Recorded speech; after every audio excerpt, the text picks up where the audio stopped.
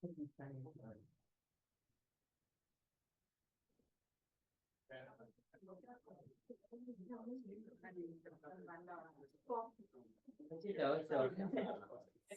再点一下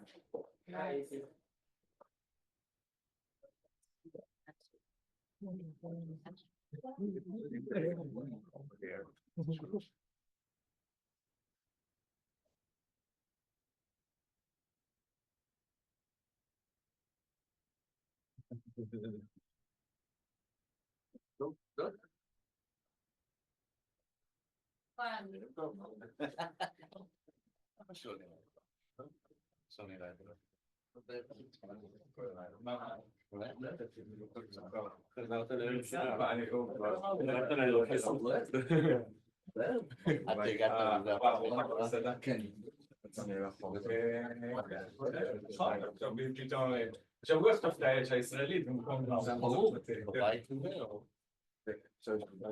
בבית גם בבית קוראים לו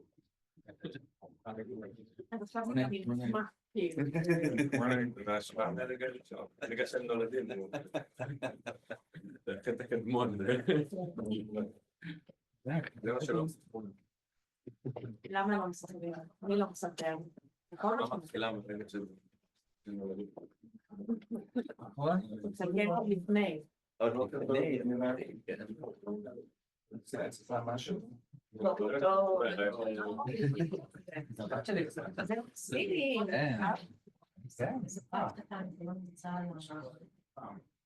דיברתי להקליט את זה שם ומקליט את רוצה להקליט את זה בזום? מה? אני רוצה להקליט את זה שאנחנו יובא מקליט השאלה אף אחד לא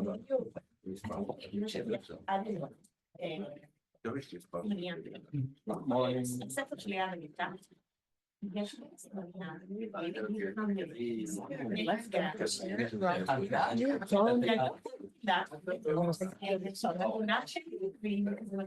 next to you. Thank you. If you don't mind. No, on the contrary. Oh, the nächste Kaffee geht auf mich. Really?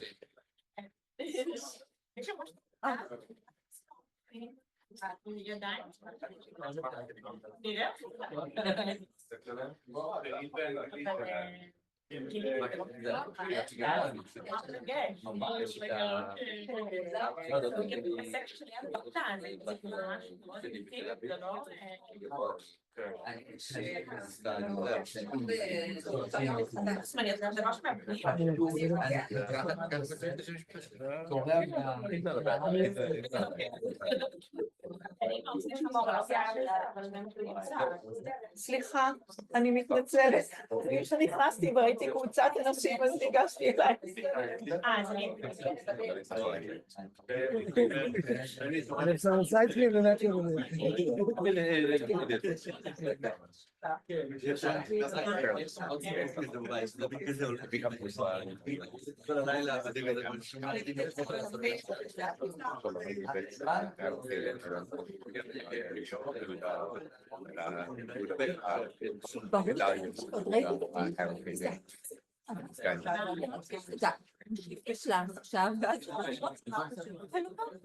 אני שומעת שאתה עושה רגע, מה אתה דוקטור?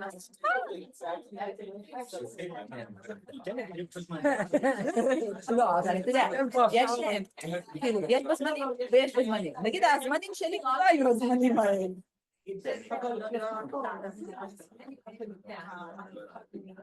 אבל זה נשמע ממש מעניין, כבר עשיתי את כל אני עוד רוצה לשמוע, יואו, אני מה זה שמחה לראות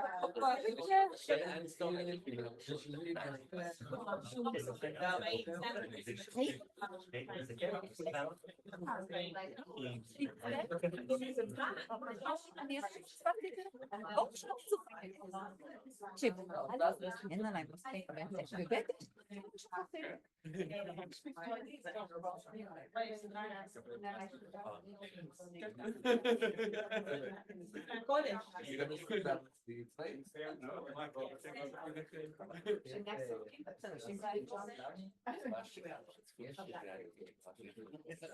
אני בכלל, אני כמעט והוא שבאתי.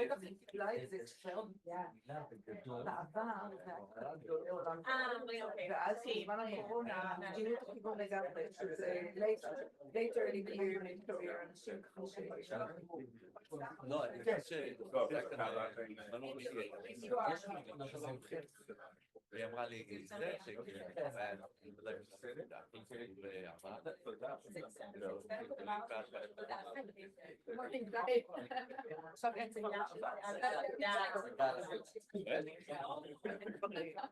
אנטוני פאוצ'י לא צריך עוד פרס. הילרי קלינטון לא צריך עוד פרס.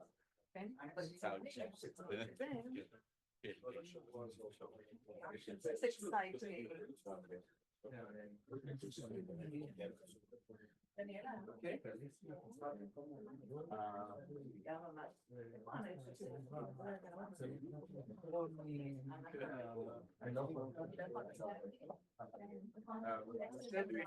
Moshe, do we have any announcements before we start? No? Okay. Okay, so. Wow. Okay, we begin. Good morning, everybody. I'd also like to thank the organizers for this fine week, and for inviting me to take part in it. Okay, so. Oh, I didn't. So my title is Information in Islamic Geography. And actually, we won't go all the way to the 14th century, probably. We will talk about two texts written in the 10th and in the late 10th and in the early 13th. Had I asked you before you looked at the reading, if you had, to name an Islamic geographer, who would you mention? Muqaddasi? Why Muqaddasi? Because he wrote about Jerusalem ports, and this is my main subject, so I know him quite. Okay, right. So maybe from an Israeli perspective, then perhaps, especially from the perspective of Morei Derech, of tour guides, which I guess we both are or were. So Muqaddasi is an important source. He describes the Palestine or the land of Israel in detail. And it's useful to take him out and read excerpts in the right places. Anyone else? But he may, I'm not sure if an international audience would mention Muqaddasi. Ibn Battuta? Ibn Battuta. Why Ibn Battuta? He traveled, he saw. Right. So I'm not sure even though Battuta really deserves the sort of the scientific label of geographer. He was a great traveler, the best known traveler of the Muslim world. He traversed the world back and forth. Right. So it's a good choice, but it's more of his book is more of the travelogue than of a geographical treatise. Yes. So I'm not an expert in this field, but Okay. Right. So, yeah, that's exactly what I heard from Jessica on our first encounter on Sunday. Yes, that actually she's heard of Idrisi, but right, you weren't sure you can name others. I didn't think I could name any other. Any I know the big name. Okay. So yes, definitely Al-Idrisi is the best known Muslim geographer. I quote Yossi Rappaport, who should have been here had he wanted to come to Israel. It's a beautiful book about Islamic maps, hailing or saying that Al-Idrisi is sort of a celebrity today. And a wonderful example of European Islamic scientific collaboration. So he is best known, of course, for yes, for this. Yeah, for this beautiful map. صورة الأرض, the map of the world, or an exact translation would really be Mago Mundi, the image of the world. Drawn in 548, 1154, after several years of work. The map was commissioned by the Sicilian Norman ruler Roger II. It's also known as Bula Pongiliana, or who there was all there are legends, right, about it, why exactly he invited Sharif and Idrisi to do the work, but he Idrisi lived up to the project. He spent 9 years collecting the data for this world map, and writing a commentary that goes with this work, which is this is made of 70 plates from an edition of the late 13th century. So we're not the original artifact, which was cast in silver, was lost, and we can't be 100% sure this map of the 13th century is exactly Idrisi's map, but it must be a close simile of it. I guess you'll agree that it's beautiful, not only, very impressive, very impressive. It's upside down for us because medieval Islamic maps, at least, maybe I don't know about European maps, were oriented towards the south. It's very difficult. So Islamic maps have the south at the top, and would have been very difficult for, at least for me, to make sense of the map. But I didn't put it upside down. It's usually presented this way. Yes. And so he had originally a map or a model, or both a map and a model. Was there something about that there was also like It was a built model? it was what I read is that it was cast in silver. And but there must have been a map. But I don't want to talk about this map. Yes, I brought the map to say that we will not. Yes, It's such a bit. it's beautiful, it's very interesting. Yes. But what I would like to talk about is a different Islamic tradition, not the tradition of portraying the world, but rather portraying the world of Islam, the formation of an Islamic geography, which actually ignores the parts of the world that were not ruled by Muslims. But of course, it's worthwhile to begin with this, so to show the contrast. And the other tradition runs actually parallel. I mean, this is, I think, a unique achievement. But we will talk about a map and a lexicon. We'll talk about texts more than about maps. And this was accompanied by a long text called Kitab Nushat al-Muftah fi Ikhtirat al-Afaq. The entertainment of he who wishes to traverse the world, or Kitab Ruja, the book of Roger. And it's a long treatise with plenty of textual information on the kingdoms and peoples of the world. It was completed after Roger's death. The map was presented just a month before his death, and then Idrisi continued to work, and 4 years later, he completed also the treatise. The part on the geography of Europe was translated many times, and it's presented as the first geography of Europe. So again, Idrisi is, let's say, is well remembered and also serves agendas of collaboration. Okay, so what we will do is read 2 texts. I suggest you do that in pairs. you don't have to move around a lot.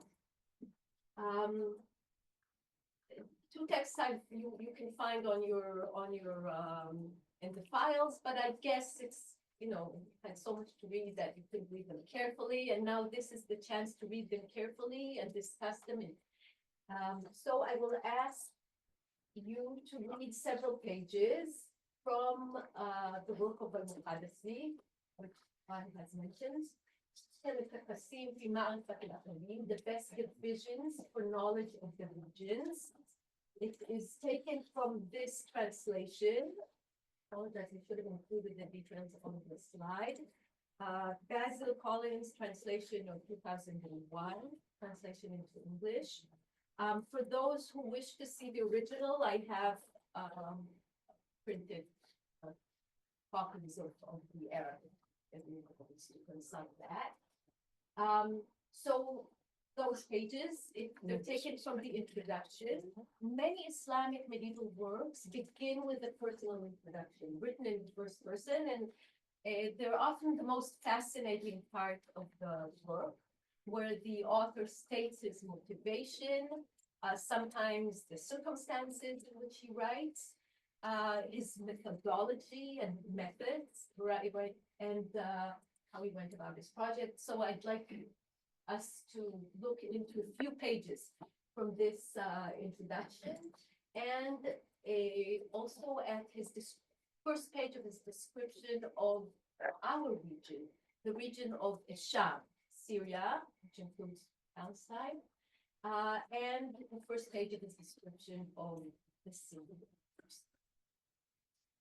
The other reading is taken from Yaqut al-Hamawi's Dictionary of the Countries, Mu'jam al-Buldan, written in or completed in 1228, when Islam was 625 years old. And also a few pages, all pages from the introduction, which was translated into English by Wahid Juaideh in 1959. The whole work was not translated. If we will have time, we will look into his description of Hebron, which I brought in the Arab original. So what I would suggest is that while you read, take note of the motivations of the author and the goals of his work. How does he portray or construct the realm of Islam, Mamlakat al-Islam in Arabic? And which methods did he use to collect data and to arrange it? I'd suggest that we divide the work. If we have time, maybe we'll switch, but let's begin with everyone on this side of the room reading Al-Muqaddasi and everyone on this side of the room reading Yaqut. We'll see how long it takes, and then we'll come together and share information, and I'll see what I can add to your insights. Okay? For those who have a drive, for those, I'll send. you can send, okay. Good. Yeah, and anyone wants the Arabic? Okay, so if you have the text available, please open them, find a partner, and let's begin. Okay. We're in the Muqaddasi group, but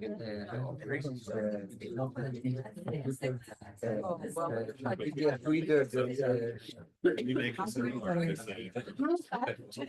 I now have No, it was the 19th century.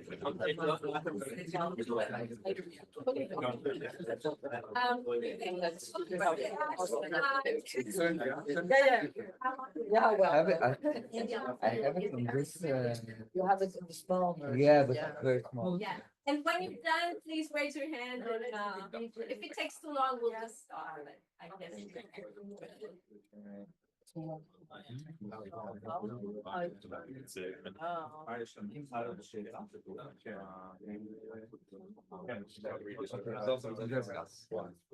Yeah, well, but Okay, yeah.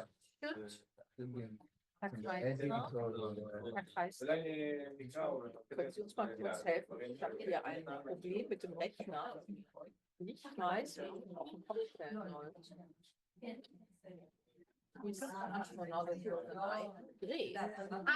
Okay. Problem gelöst. Okay. Thank you. Just when you rise, it's already done. Okay, best divisions of knowledge. Okay.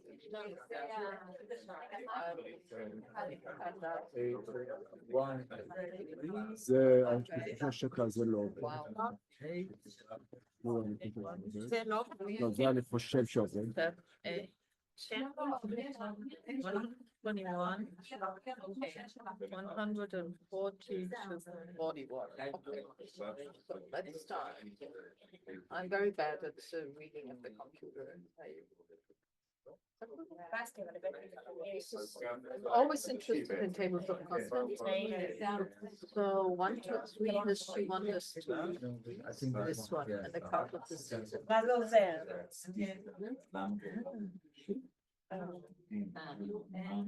is interesting. Very interesting. Narrative of actual experiences. This is important places on which it comes to. This is the way.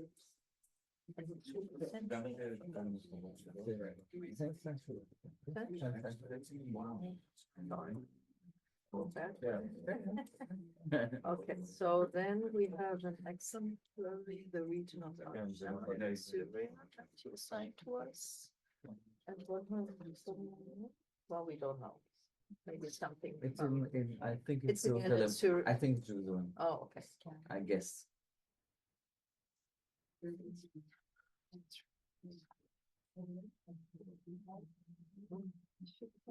So much more into Islamic geography because it's so rich. Perhaps. Let's start.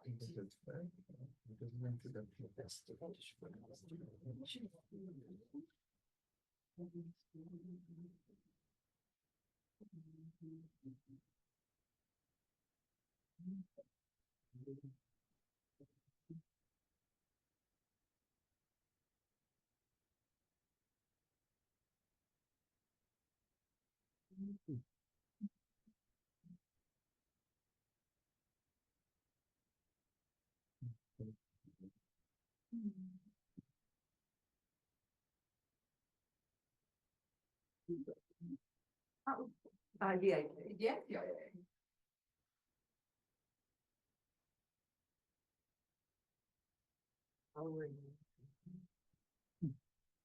Immediately you have an idea of what a mountain is.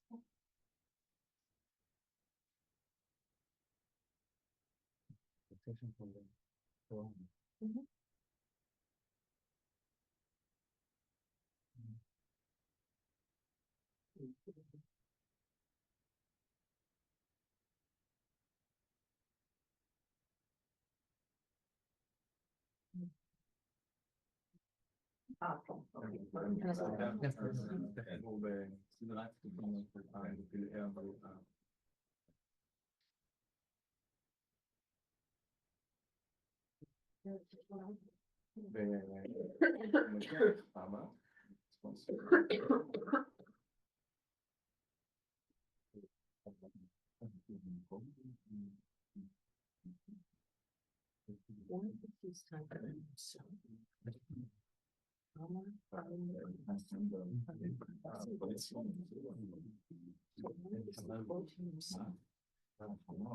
If I understand it correctly. And because it's the Jerusalem. Oh, okay, yeah.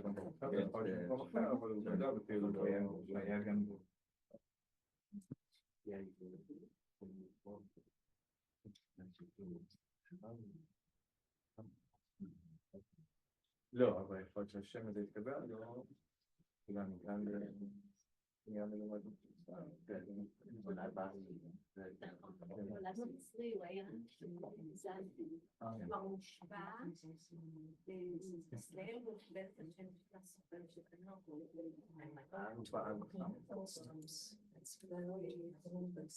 Moving.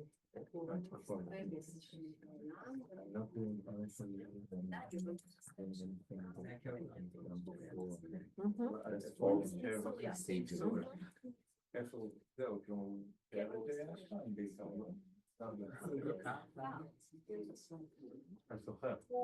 כאילו, הסוחר, או יחיד. וכתוב א' כתב אחוזים גם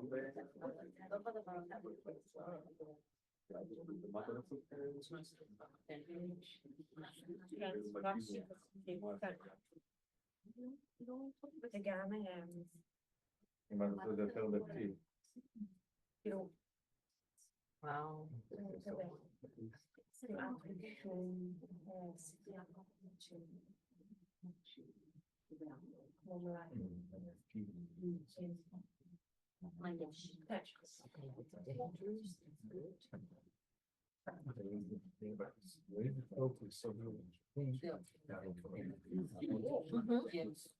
Motivation, it's not what is Allah,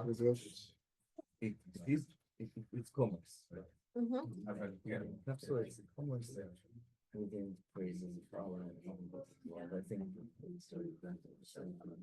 Yeah, I mean, we talked about ways and forms, particulars of food. You got, you mentioned it for only after.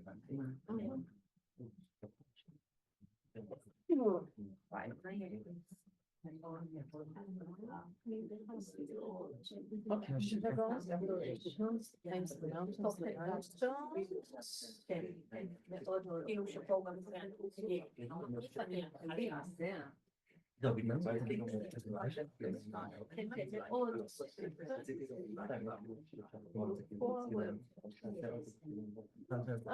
Control and Oh, dear, I'm sorry, I'm really a bit tired, that's my problem.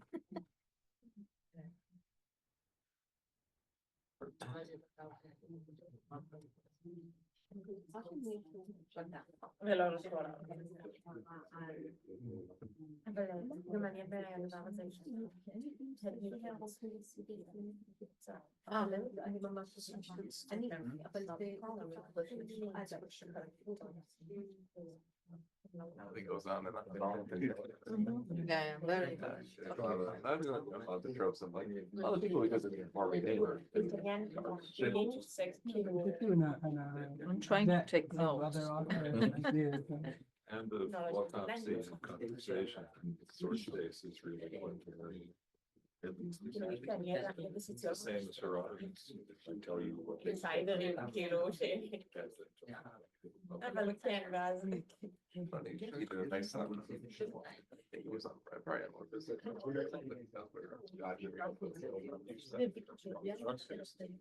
I had read this book.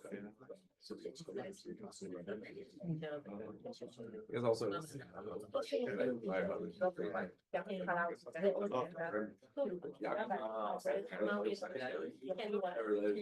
that how we can do that? Yeah, no, that's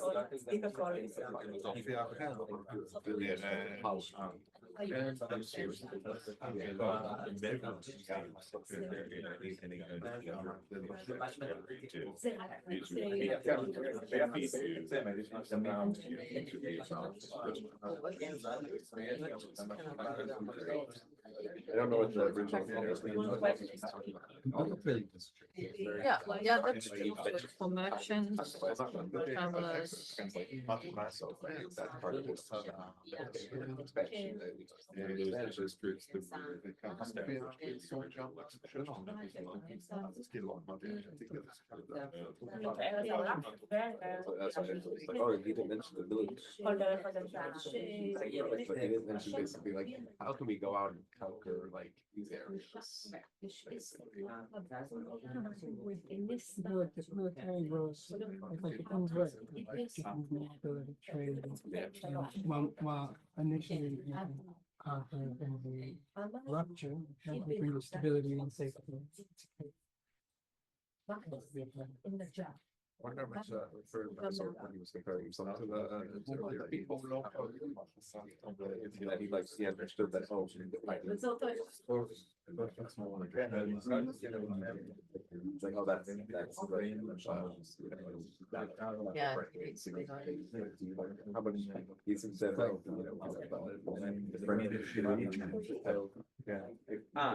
So it's this very convincing position trying to. He seems to be very.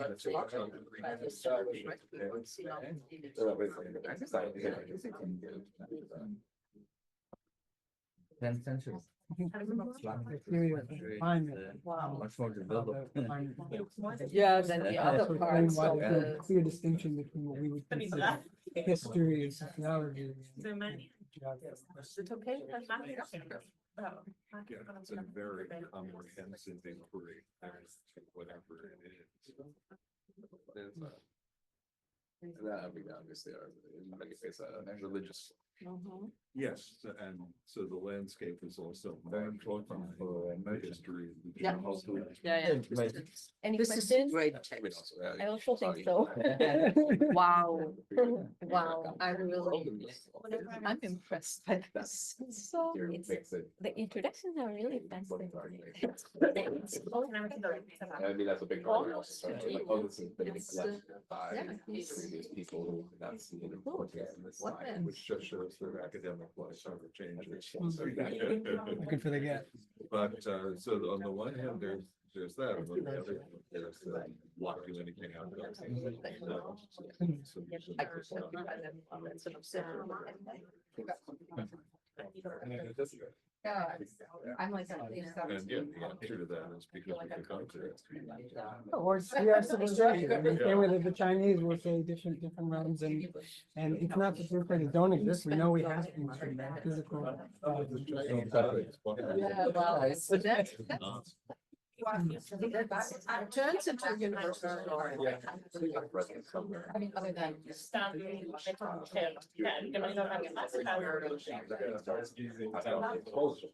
Yeah, I know, he says.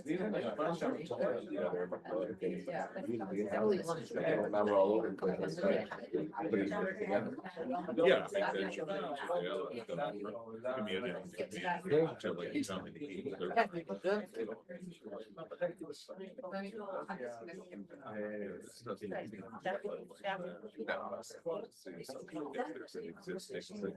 Benjamin is looking for Jews in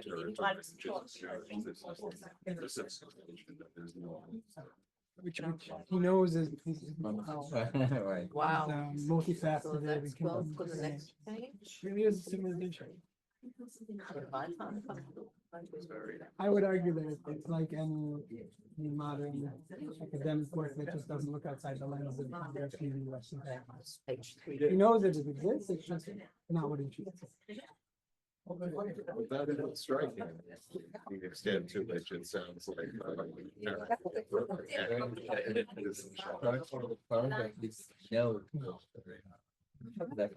Yeah, that's very. Like a second. No. I should write this in my. Yeah. Yeah. It's different from his period.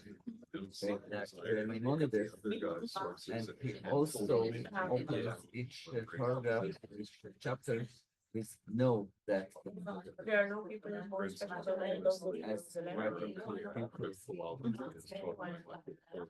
So he's really addressing. Magnificent Yeah, Western. here, this is the reader.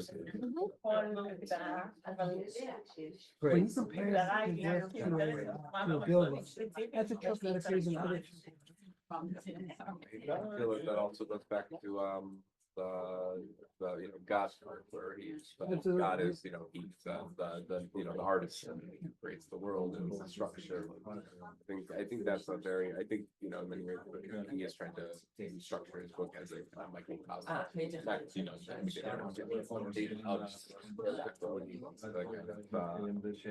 places that act on the way to probably to one legitimize and then, take it Which they away. did, but It's more than a map. Yeah. It's not true, the full time. It really is something. It's spatial terms for a spatial thing. Yeah. This is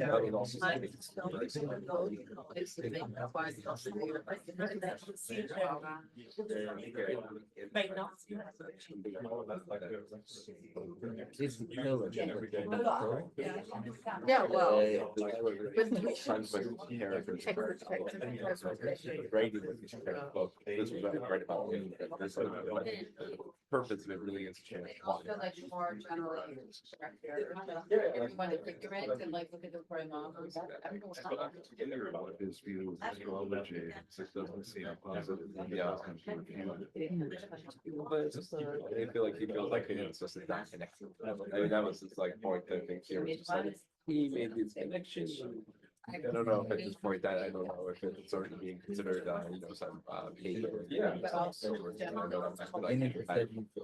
I know it's Jewish sources around this time. Astrology, where it's like, well, it kind of works, but kind of mythology, kind of science, and well, that's some people do. So it's thing, like I'm not qualified to speak about astrology. It's such a- I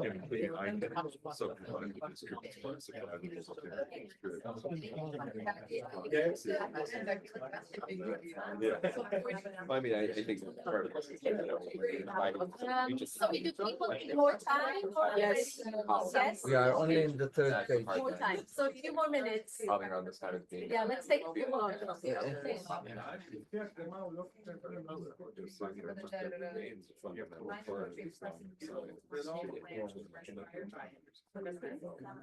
כן, זה נשמע לפי הקדמה.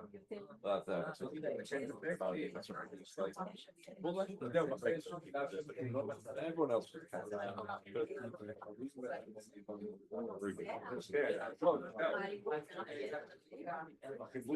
I like the old man who's built.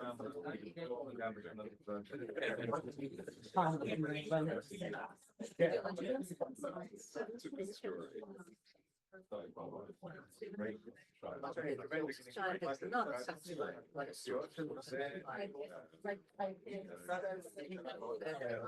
Interesting. He sometimes goes to.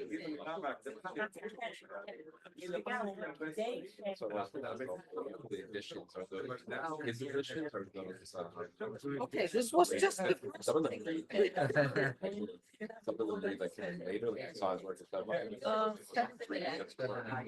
I was like, oh yeah, I saw that. Someone else did not maybe like.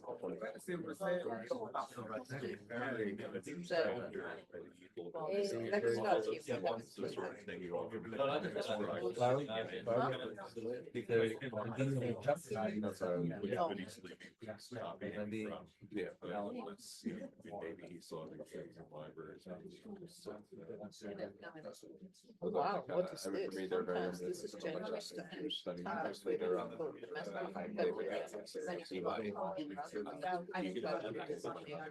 Yeah, oh, absolutely. I saw that book. It's in that library.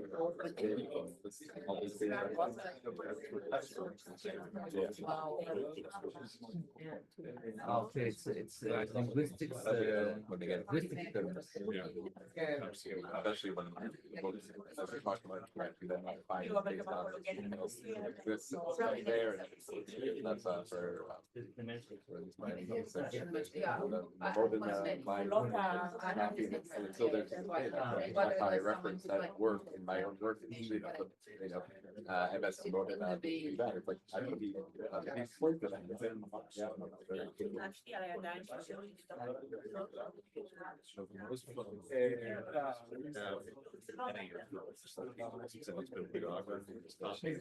Yeah, but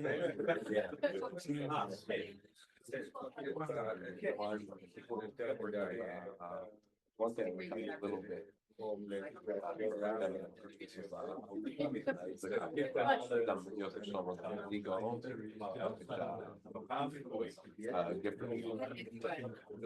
was interesting, just because I was in. Did you guys have any interesting reading? It was, Right, interesting, but we're incredibly slow. I mean, that's the way to do it. That's Didn't the, he actually write it? Really, send me the report when you're gonna. so honestly speaking, I haven't prepared them. You know, well, he gave us the gift. But it's Like, yeah, he endorsed his work. Oh, that's. I think we can, you know, have that debate right there, just get from the author. The name of place. It's not just a dry report. I enter from the literary side. Oh, yeah, I would love this. Yeah, it's very. Use rhyme, rhythmic rhyme prose for embellishment. I would do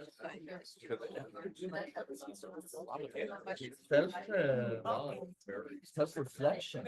Yeah, very great. I love to see that notebook. So there's the Christians, monkey skin. The picture gentleman. Describe material and copy it to paper and ink and then erase the monkey skin and take it. The original Google Doc. And there are no rubrics for mine, it's not really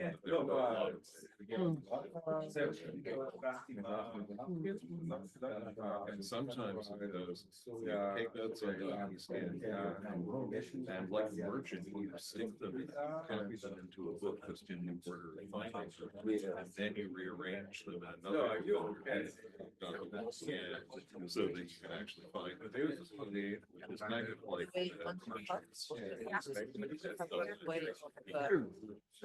that he, since he wrote his travel report, Writing or something, they start to find merchants.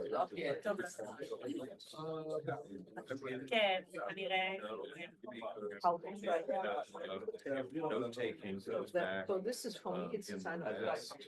Circulate to Aristotle. When he talks about himself and how he did it and Yeah. why he did stuff. Yeah.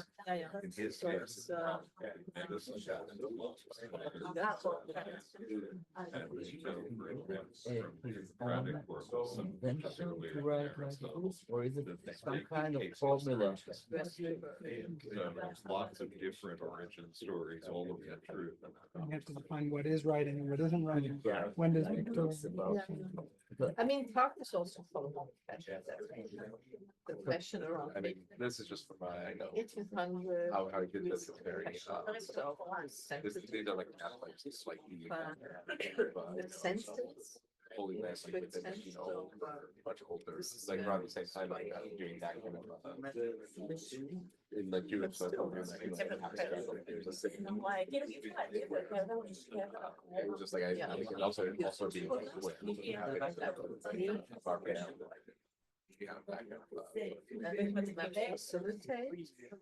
Okay, 3 more minutes, would that be okay? Have time for. Maybe we can jump to. Yeah. other- Maybe His eyes measured it. Well, he puts a limit to that. And it's always his limit.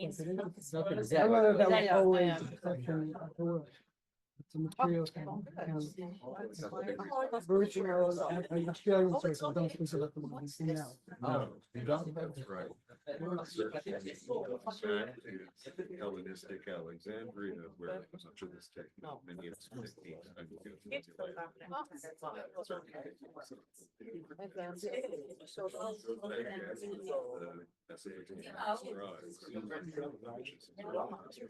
What did they do? Daniela. I'm So it starts with this abstract notion of, I can measure a shadow type of thing, therefore, but Just and then they sort of try it in one order. Did what I. Now we can read all of it.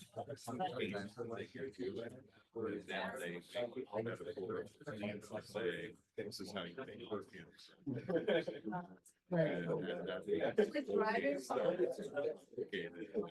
Yeah, it's really, for me, it's thinking out of the box. Because your research is about.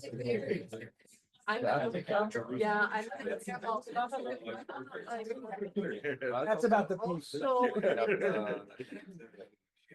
That's wrong. Yeah, not anything, nothing but. I mean,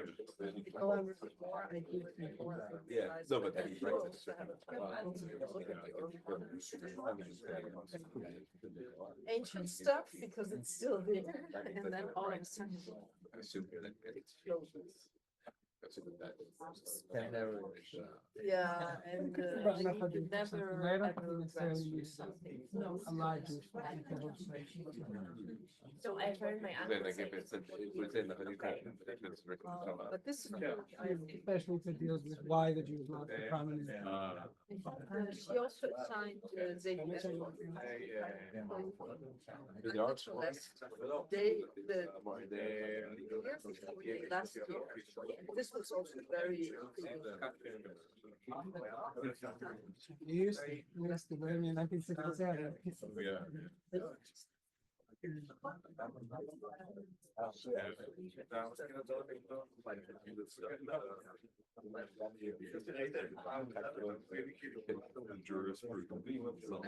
Say intellectual marvels.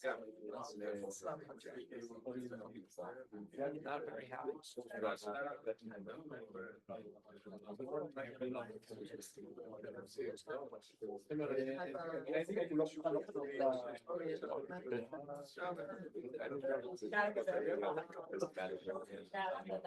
It's very gentle and smart too.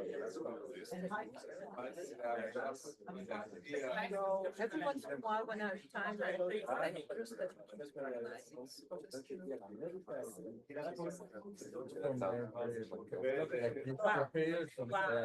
Early Middle Ages. They have,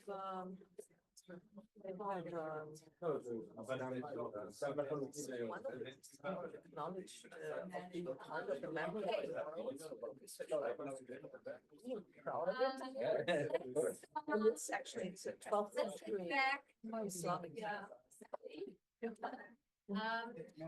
Did anyone complete the reading? Okay.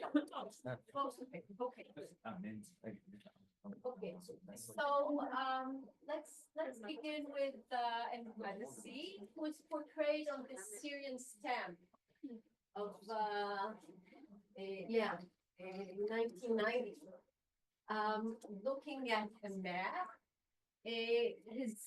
this work indeed contains maps. If you looked at and we will look at one of them shortly, but his main work was textual. Right? We do not actually look at a map of his father. But yeah, he's portrayed looking at something that looks like a world map. The maps included in this book are regional maps. Map of the Sham. So anyone from the Muqaddasi group can present some of the motivations and roles of Muqaddasi? It looks like he introduces his intentions and it's very academic. I'm going to do this and this. I'm going to go into these and these specifications. these are the forces that drive me. He's very, he thanks God as he should. And then he said, I think that it was out of context, but there's an excerpt where he says how he suffers and what toil he invested in this big work. And this is where his, like, I want to say this on a personal note. And then he goes on and introducing the importance. So I think that it's very academic, but then was this little note about his own personal. I think any modern academic can identify. Yes. I think Yeah. the nucleus of his motivation is commercial. Commercial. He talks about commerce, he talks about measurements, about coins, about the weights for what? Materials to buy, where you can find them, and I think this is actually the main motivation, and he wraps it up with the religious story, pilgrimage, and praises for Allah for making this world. So he doesn't want to say it's a commerce book for merchants. It's a grand book for the praise of Allah, build this fantastic world. But the main motivation, I think, lies because if it's only for the praise of Allah, you don't need to go to those details of mercantile details. So you understand that his main motivation was to provide a compendium for merchants traveling throughout the Islamic world. Yeah. Yes. As you rightly pointed out, it was one of the earliest times in academic history that how scholarly is putting the methodological very strong points and finding the research gap that these scholars have done this. I am going to do this. This is my method, going directly and talking, meeting people, meeting causes and so on. So look at the way he's engaging in the research and the kind of data he is providing marvelously from, of course, to the lens of finance and geography and culture. Many aspects he's touching and trying to produce the Right, so it's not only, he's not interested only in the economy or in commerce.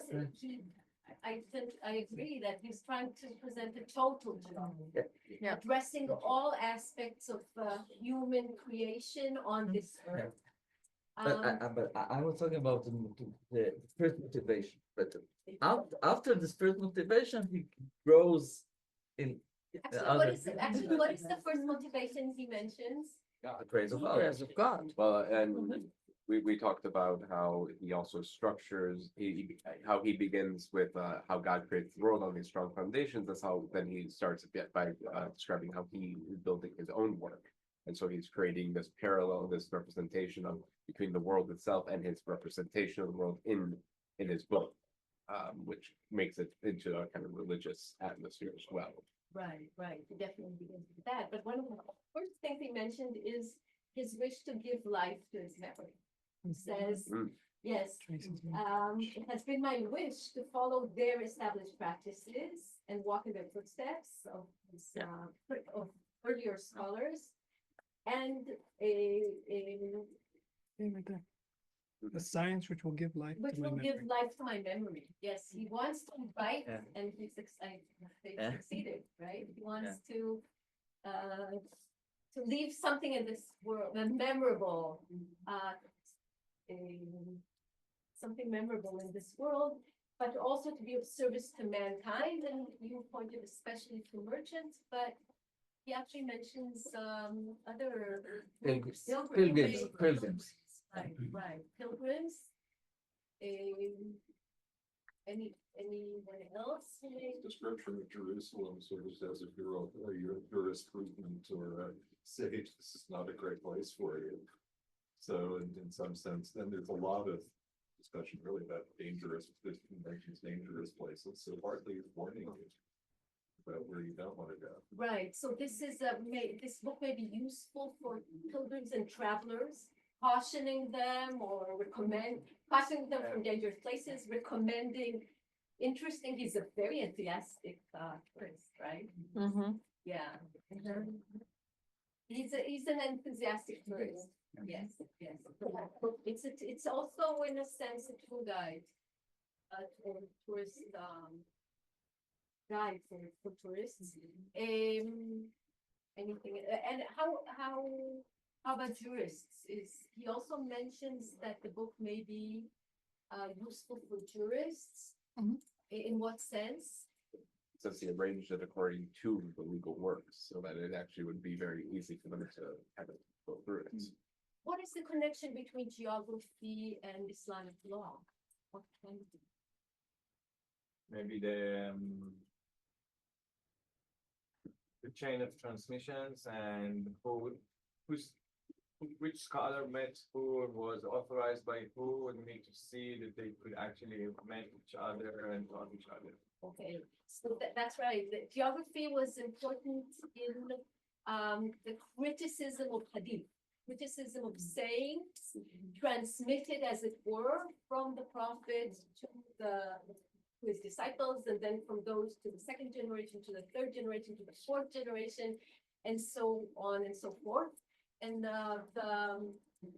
since those sayings known as hadith had multiplied immensely in the first generations, the Muslims took upon them, Muslim scholars took upon themselves the great endeavor of deciding what is authentic and inauthentic based on chains of transmission rather than on content.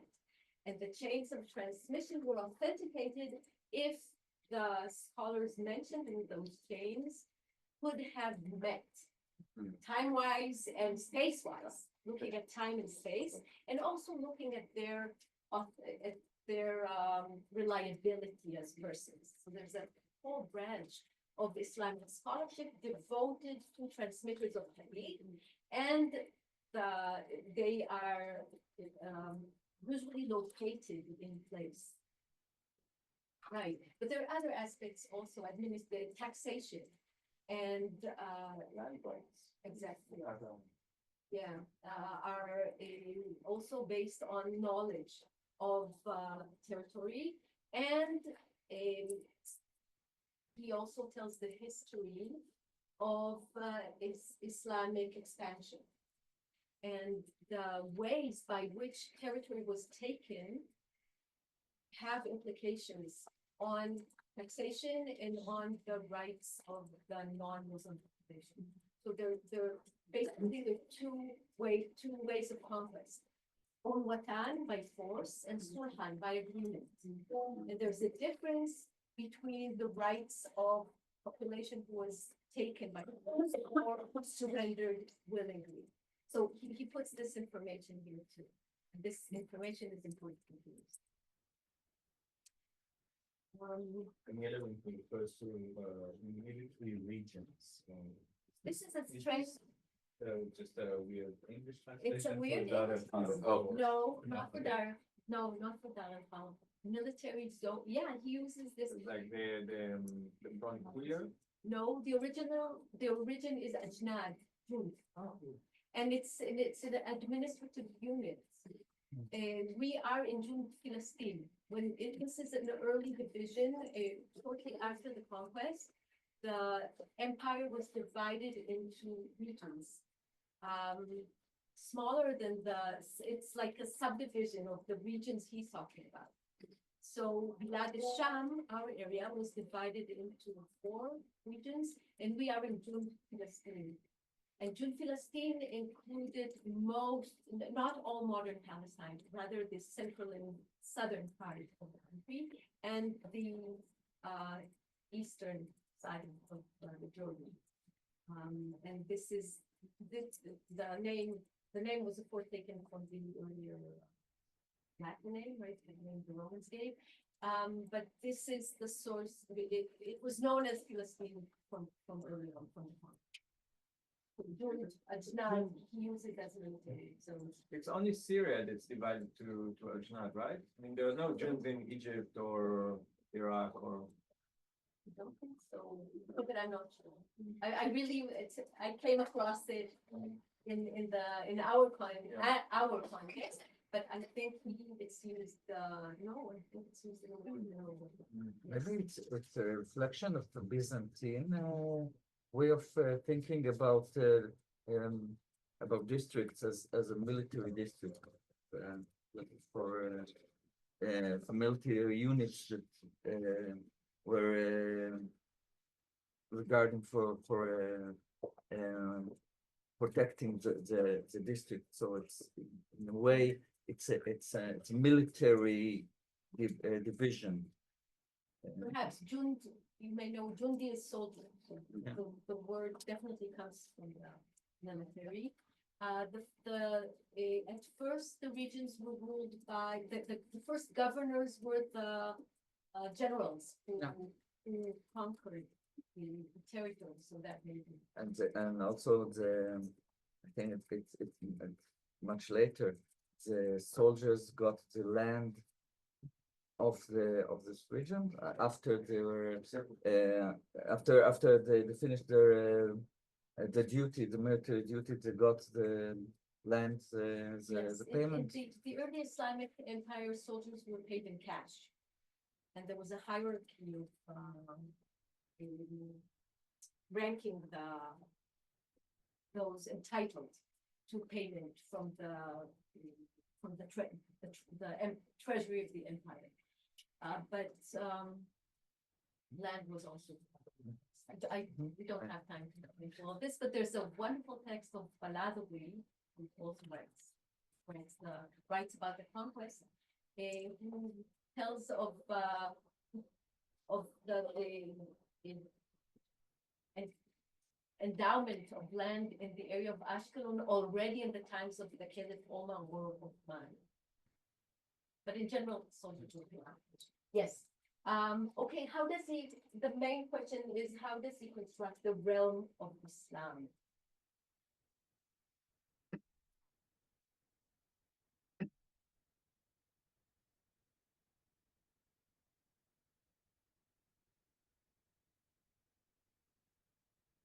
Contrasting it to the whole universe, with the whole inhabited world. Have you found any devices by which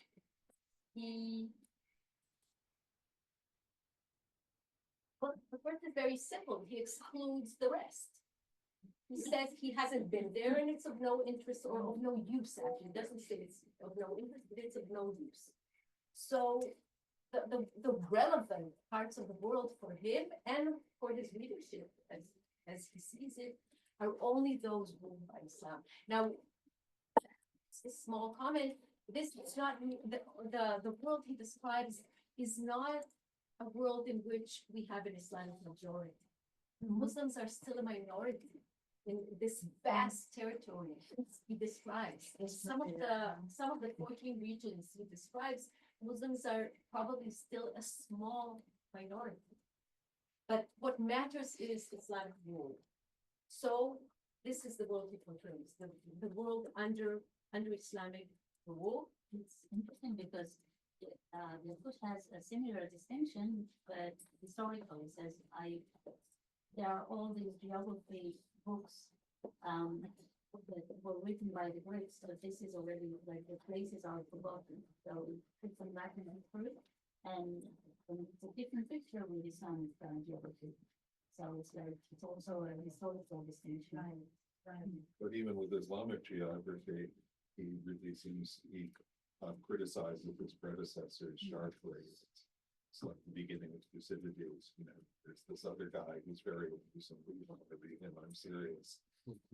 And how does he portray himself as more serious?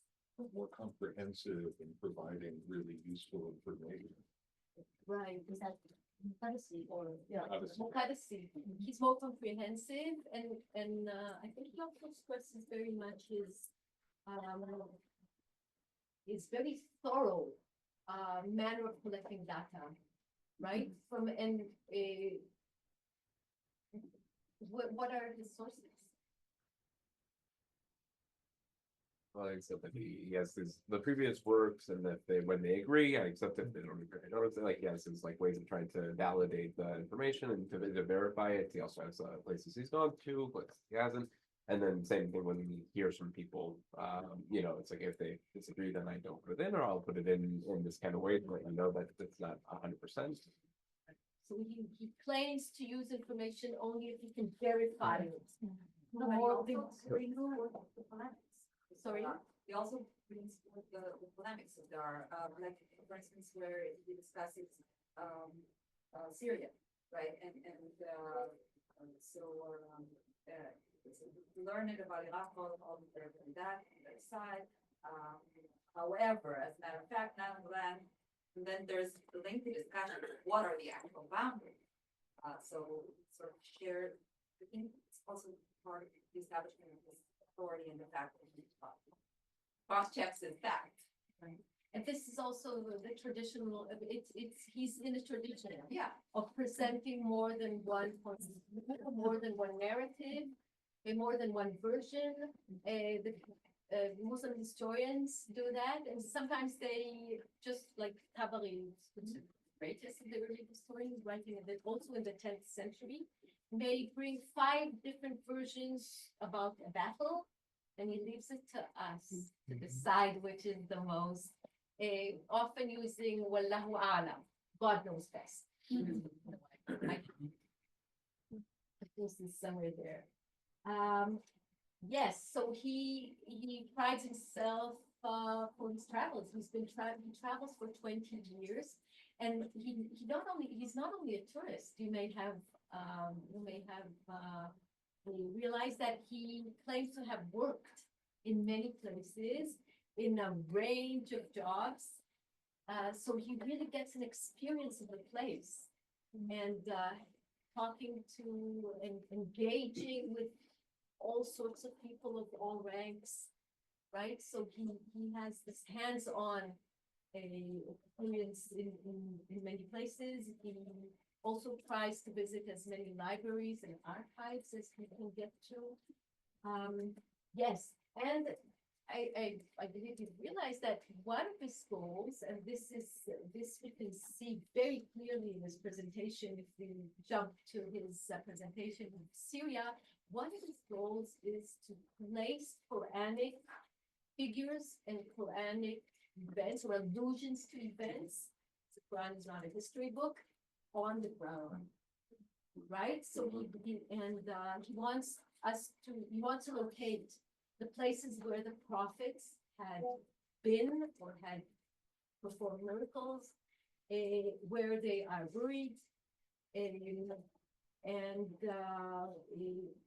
all the information we can find about Quranic figures, which you may have realized most of them are known to us from other traditions, from the Hebrew Bible or from the Christian tradition. Most of those, however, which he lists in his opening of the chapter of Hasham, are Quranic. The Quran, there are 24 Quranic prophets who are known to us from the Judeo-Christian. And often we find narratives that resemble very much what we know from the Jewish and Christian sources, and sometimes we find things that are unique to the Islamic tradition. But this desire to locate on ground the things mentioned in the Quran is one of the. So can we assume that when he cites a text, he's citing it directly, or is he sometimes citing an intermediary? He would cite mainly from an intermediary, from the traditions. Some of the figures he mentions here, or the traditions about the figures, don't come actually from the Quran, but of the tradition known as Qisas al-Anbiya, the stories about the prophets, which is very loosely based on the Quran and on the Jewish and Christian sources. And you also, you may notice that he, now those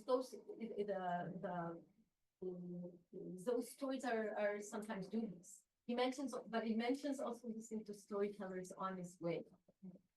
Himself also storyteller.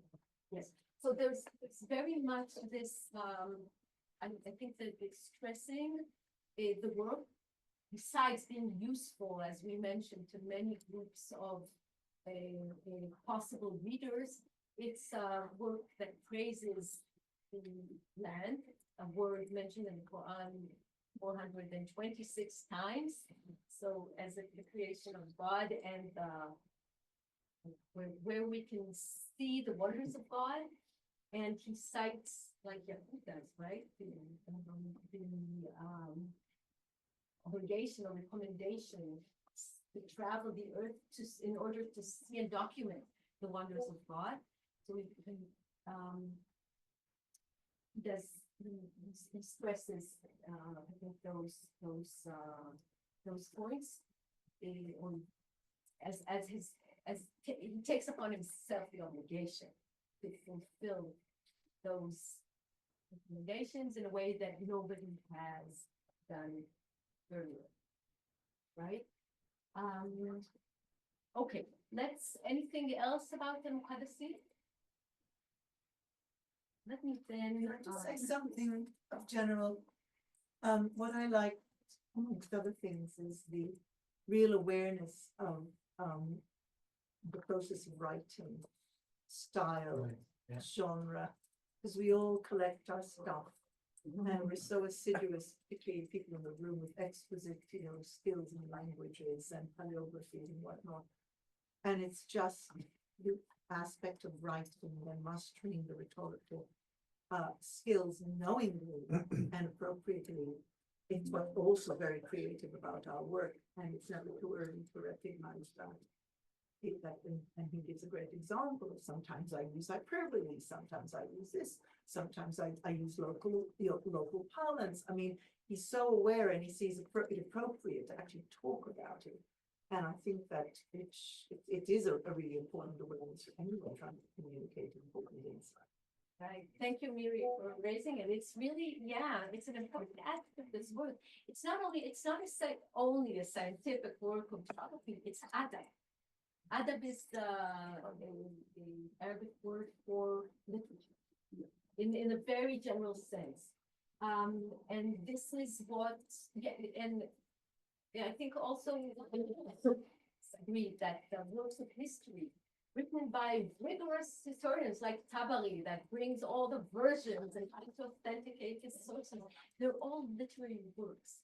And they're literary works intended for the literati, for the educated person who can shine, so that he can shine in a friendly discussion in the Salon de Yom Shishi. Yes, around the table. Yes, it's explicit. He provides, so adab is a mixture. It's everything that an educated person should know. And it's a mixture of some scientific knowledge and some religious knowledge, a little geography and a little mathematics and a little, and poetry, of course. Poetry is essential. He also cites poetry. And so it's, among others, it's a work of adab. It's a work that entertains the reader and provides him with witty, with the material to draw upon when he wants to show his erudition or his wit. And Right. It's interesting that Yakut, jumping to Yakut, says that he started his work because he was asked a question in the salon of someone, and he wanted, about something to do with the prophet, and he says that's why I started the book. Right, wonderful. What was the question? What was the specific question he was asked? It's surprising if we think of a work of, what prompted a work of geography? Was asked about Basha, Right. which is a place mentioned in the Hadith, of the Prophet and the site of one of the fairs of the Arabs in the Jahiliyyah, and then I replied. So that, and that's. But what's he asked about Kubasha? He It wants was, to ask. the place. No, I don't know how you call that, if it's written with something. exactly, it would the go- pronunciation, Pronunciation. the pronunciation. He was not asked where the place is, he was not asked to describe the place, he was asked, what is the about the name of the place? What Proper is the spelling. proper toponym? Yes, if it's Kubasha or Habasha. Mhm. And this sets him on a long search in all the libraries. And praise God, he was right. Yeah. So, we will, discuss Yakut in a minute, Yeah. right, but No, but it's interesting because it's why he started it and exactly, yes, it describes the setting of, people discussing, and sharing knowledge. I wanted to put an end to controversy. Right, right. Yes, Yeah. so this is, yes, really, what Miri raises here is an important aspect. Yes, What about his sketch? this was, Sketch of Hashem. okay, so this is what That's I'll it. show now, this is what I'll show now. Yes, I'll say just, yeah, let's go on, let's, okay, so first of all, someone put on the map, on the geographical map, all the place names in Muqaddas mentions, so it's quite impressive, isn't it? Right, and see how widely. It's not actually, he claims to have been in all the provinces and all the regions, but he may have not actually been to Andalus and to one of the regions in the Far East, but he's really been around for 20 years, 20 years. And this is right, without political borders, this is the range of his travels and of the territory he covers in this book. But we don't see it here, but what is central to this book is the division into 14 regions. And if you've read Saint Antrin's impressive book, Mapping the Realm of Islam, Mamlakat of Islam, she puts a lot of stress on his and other geographers' effort of making the region a meaningful unit of belonging. So one belongs to the great Muslim Islamic world, which is made of regions that connect to each other. And a typical name for works of geography is groups and realms, Masalik wa Mamalik, much on the connectivity between cities and between regions. But we've talked quite a bit about cities, right? Here, the central unit is not the city, it's the region.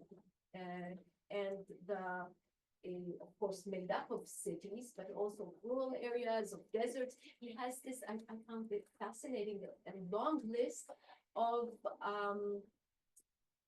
types of land, which some of them are difficult to translate. But he really made, there's such a diversity of territories that he mentions and tries to characterize, but they come together to a region that has an identity, that one belongs to. I say very briefly that Muqaddasi lived in a world that was politically divided. It's no longer the one Abbasid Caliphate, even though the Caliph still resides in Baghdad, right, somewhere in the middle of the Islamic world. But since from the 9th century on, the empire is slowly losing control. The Caliph loses control over the provinces. It begins with the margins, and then it comes closer home. Muqaddasi was probably born in 941. So when he was 4 or 5, Baghdad itself was conquered by a Shi'i, by Shi warriors who established the dynasty of the Buyids. And the caliph, or sort of a symbol, and not a ruler with real political authority for a while. And we see that the realm of Islam is divided into several kingdoms, and some of them Sunni and some of them Shia. It's actually an age of Shia prominence in the Islamic world. So this may also have motivated him to talk of the Islamic world in a whole. It's no longer unified politically, but it's one based on religion, history, and civilization. But so it seems he has an ecumenical view. He's fairly tolerant towards Shi'i. Right. Some of you will find in modern scholarship toying with the idea that he was a Shi'i himself. That he actually did this because anyone traveling so wide in this period, it was suspected of being a da'i, being a protagonist of the Fatimid Caliphate, of the Ismaili Shia. There was a wide and incredible network of secret agents of Ismaili Shia Islam trying to propagate it throughout the world. So they have it's not there is nothing explicit in what he writes that I can say that, but his biography insinuates that he may have been. So okay, so the image of Syria, which appears in this book, is not very clear and not colorful. So I brought one from a slightly earlier colleague of him, Alessia Listachli, a map drawn in the mid-10th century and then copied in the 13th century, late 13th century. So we're not absolutely sure it's the same map, but this is how it looks. And you'll see immediately the difference from Idris's map. Can anyone pinpoint the difference? Can anyone what? This looks very different from Alistair's map. How can anyone characterize this map? It's very schematic. Conceptual. Right. There's no longitude, latitude, mathematical. It's not based on the Ptolemaic tradition, right? Look. This is the Mediterranean, Bahrain. It's also oriented south, right? This is the Mediterranean. And see that all the cities are equidistant, right? There's no attempt for perspective or proportion. Yes, no attempt at proportion. What are those round green bodies? Circles. Yes, this is Hayrat Tabaria, the Sea of Galilee, and that's the Dead Sea, and this is the Red Sea. This is the Red Sea. Jerusalem is right here. Jerusalem is here. Gaza is here. And actually, he's not wrong. You may be surprised that Gaza was not on the shore, but Gaza was not actually on the shore. Yes, in multiple times. So this is Gaza, Masjid Ibrahim, Hebron, yes. Hebron, Nablus, Jericho, Jerusalem, Tabaria. What is this? The road. The road to Damascus. The road to Damascus, yes, beginning in Ascalon, Gaza, Ramla, Tiberias, Damascus. And right, so we have a straight line. There's no attempt. Of course, he knew that the shore is not a straight line. The road is not a straight line. That strong diagonal. This a mountain range. The mountain range, and those are rivers. So it's a very schematic, symbolic map, very different from the maps we showed, right? So- Yeah. In, major parts of it is a pictorial itinerary. Sorry? It's not a map in the sense, but a pictorial itinerary, parts of it. It's more like the Atracom map of Jerusalem. Because it's not, that map also looks like a map, it wears the cloak of a map, but it's a schematic at the base. And so I think it's actually more similar in spirit. What Yossi Rappaport suggests.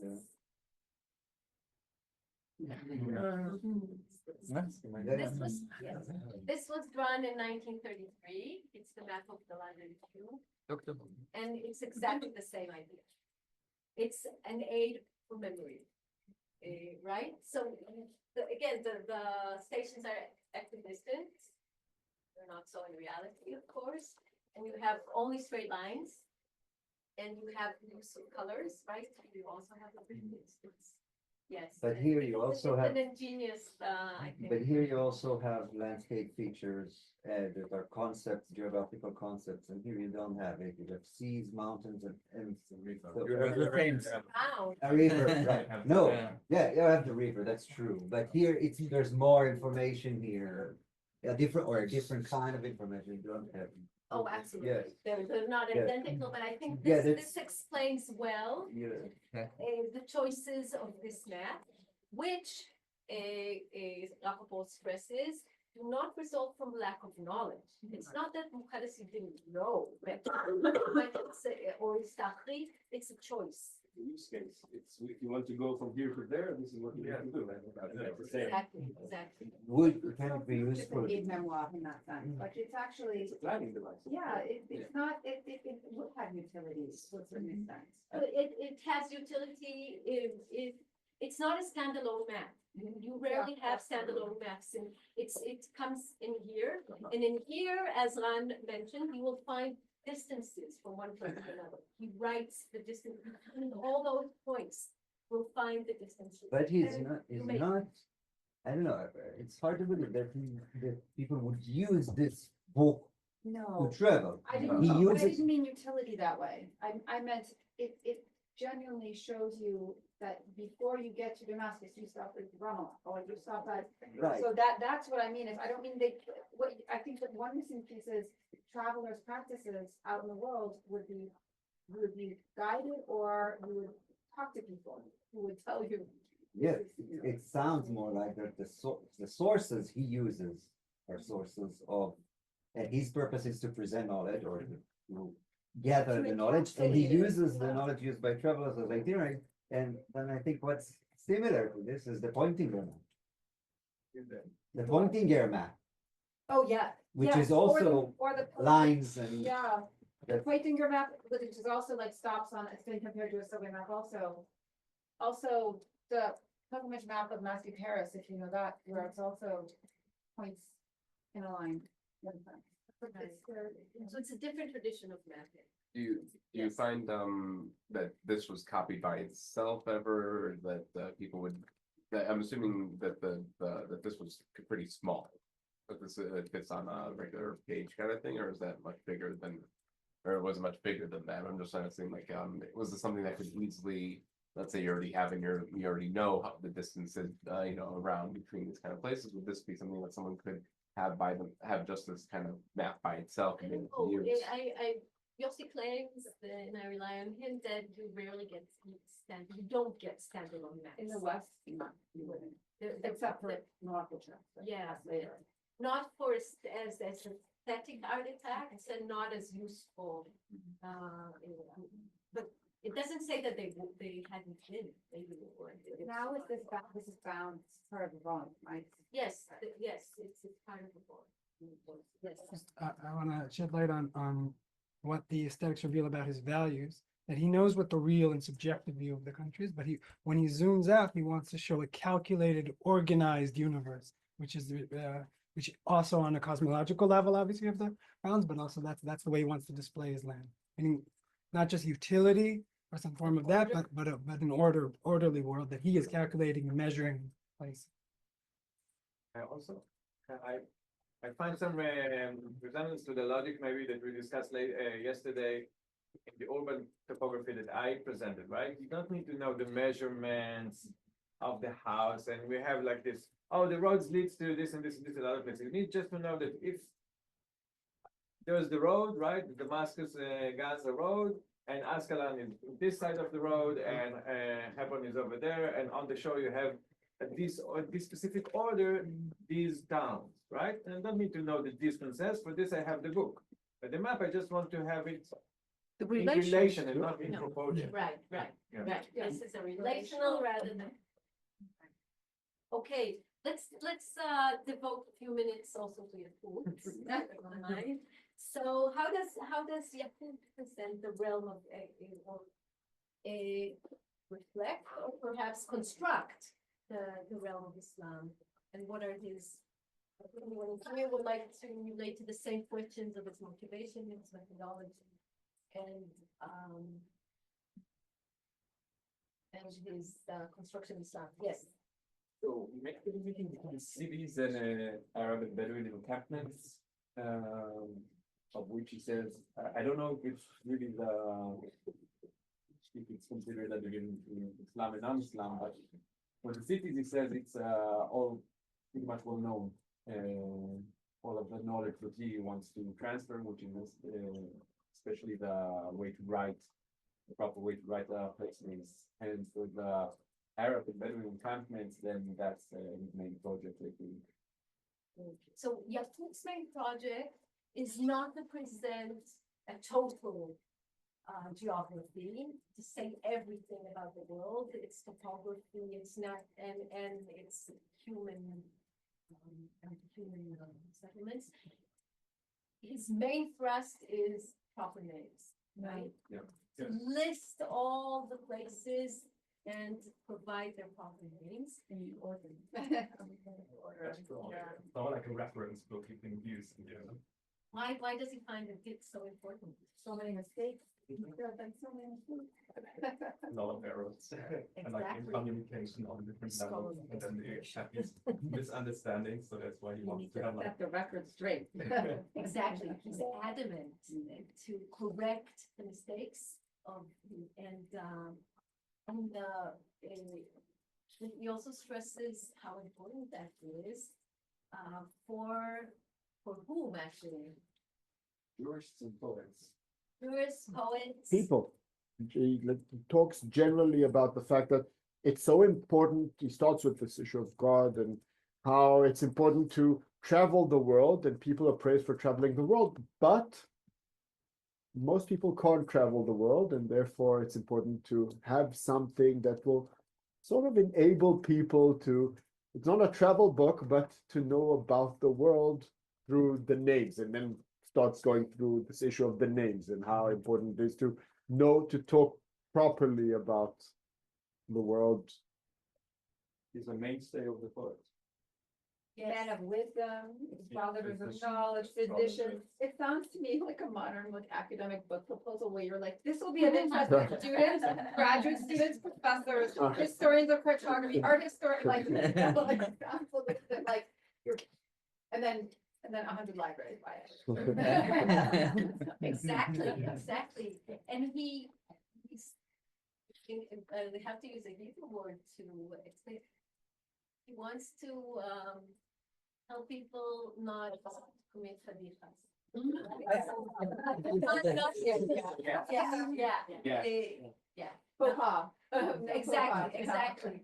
Whether preachers or poets or, yes, so it's a shame to make mistakes in pronunciation or in naming, and he takes upon himself the task of providing this knowledge, and really he also says that not everyone can travel, and the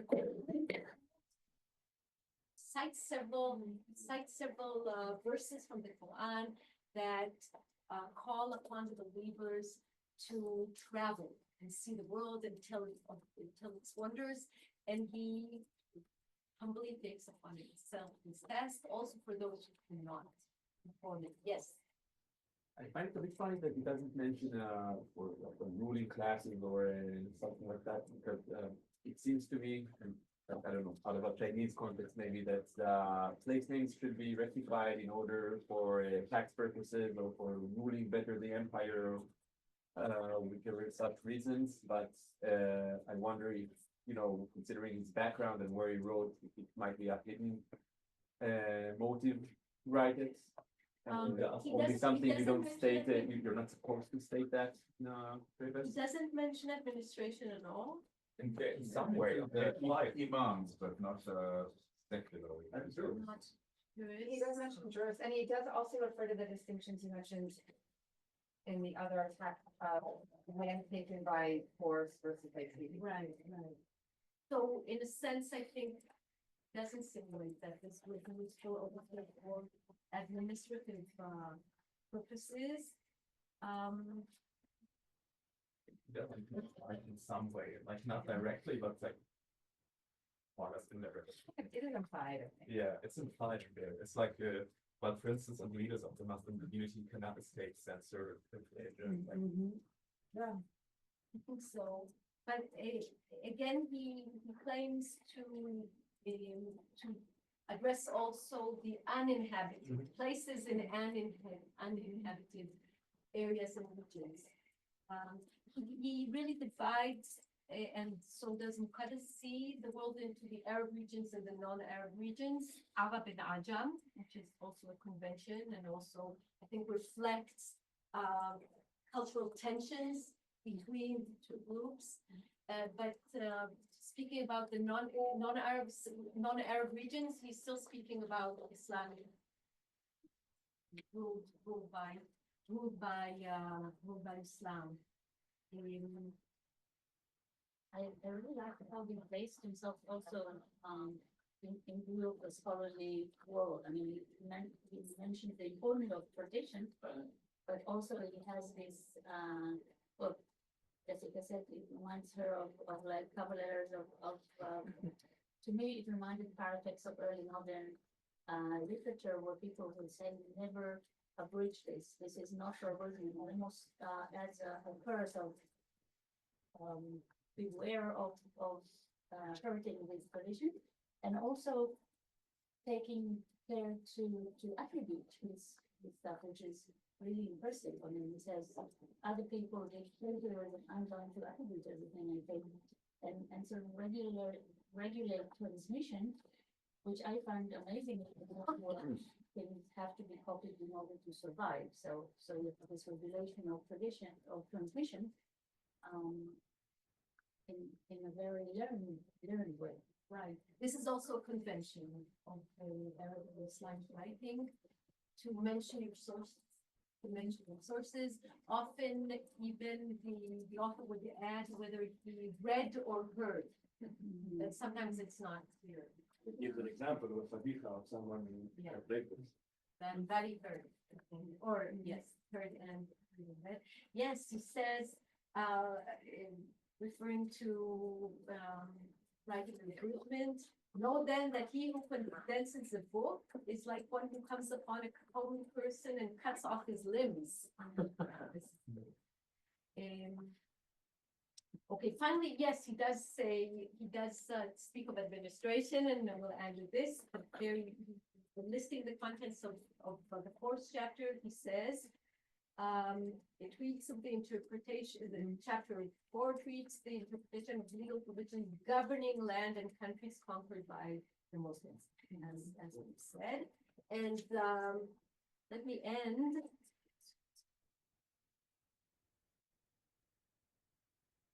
Let me end with Yakut saying this to all of us. Nothing is more detrimental to learning than the saying, the first has left nothing to the last. For it thwarts ambition and diminishing.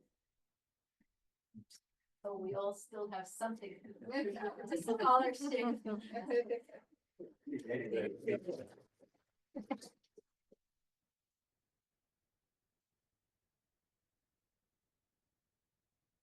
We reconvene at 11. Will it roll? It's here. Oh, there it is. Yeah. Thank you. Okay. Yeah, it's getting worse now.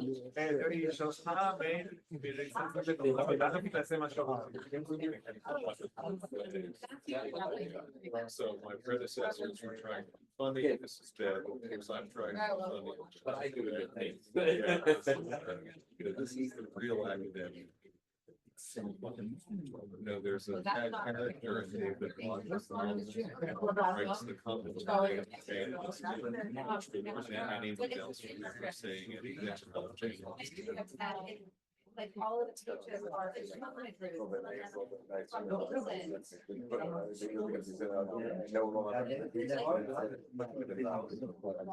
but this was actually, yeah, but that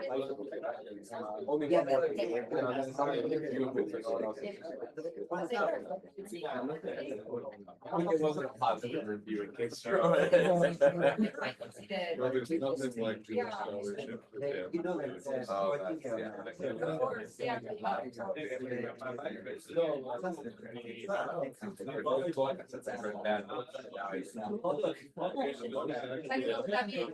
Oh, yeah, sure, yeah, it's fully. No, if you go with the definition, it's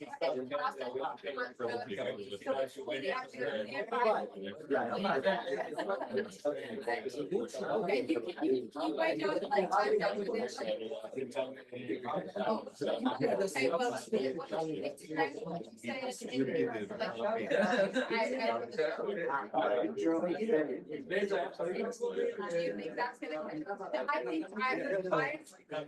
well, I think I'm not like building my hair, I'm just the map. The categories are so big. But I think in the category,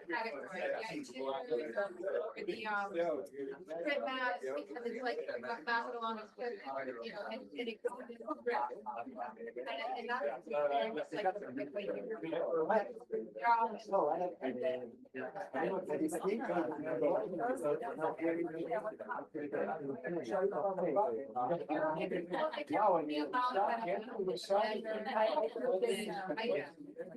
but that's, I would call that a very.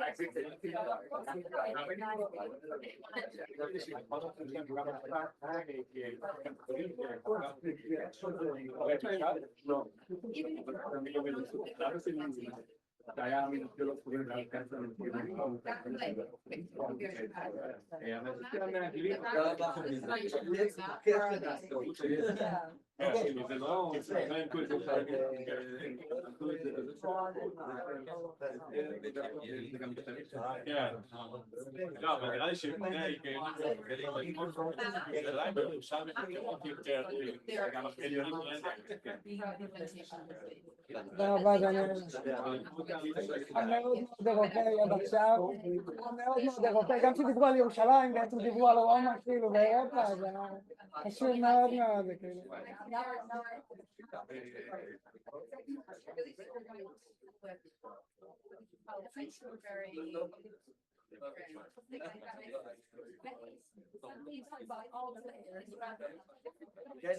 יש לך את זה אולי? יש עוד לכם, רק פה.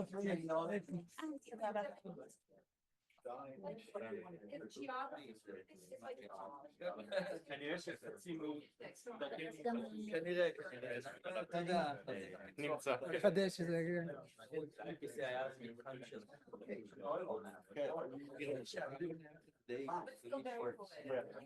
נס שזה יהיה הפעם השנייה שאומרים GIS בכנס הזה. רק בשביל אבל לא, דווקא אני לא... זה לא החלק של הדיגיטלי, כאילו.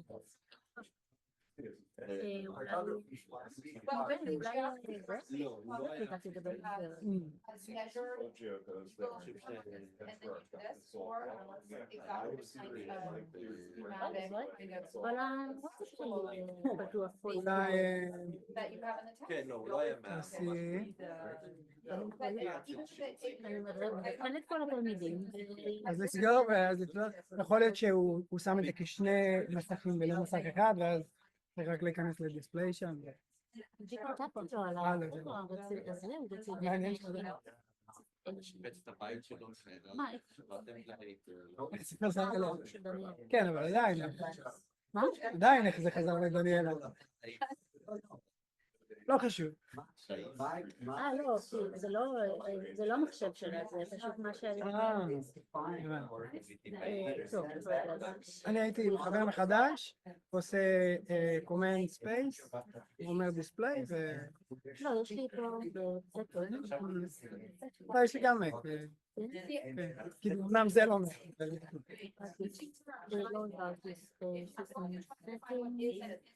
אפשר גם ככה. דיספלייס. לא צריך לחבר שוב פעם? כדי ואז הוא יופיע לך פרופיל יותר בטח.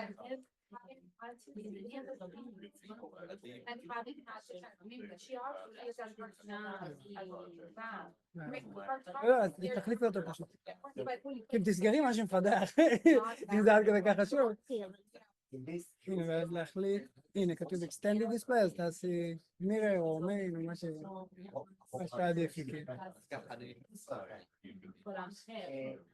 למה הוא גם פותח לי את כל הזמן?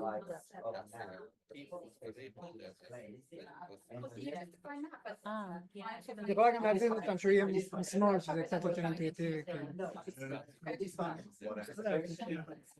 מה לעשות?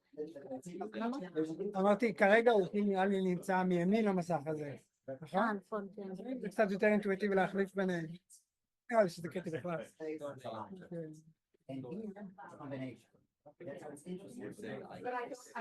אבל אנחנו רואים את הנוט שלה. אין לי לא? אין קדוס? כן, אני לא רוצה לשתף מצגת, אז רק... But I invite you to come up with a nice, juicy definition, not just like I think about them. But I don't think we can solve this, you know, because I think that this is your prerogative. It isn't in alignment with like that broad definition that I prefer to use because you can see the have to add absurdum. Try to say this amount is this amount. You know, I think in my world, I understand why someone's denying this, like, well, a map is more than representation.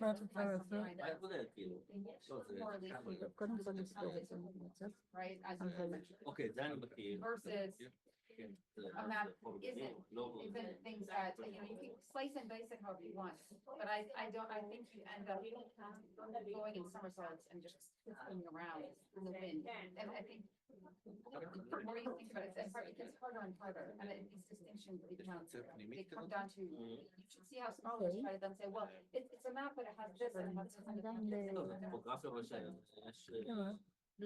זהו, אני צריך לחזור שעכשיו העכבר שלי שם ולא מצליחה לרדת ממנו. כי נראה לי שזה, הוא תלכי לימין, נראה לי ש... זהו, ואז הוא לא מגיע לפה?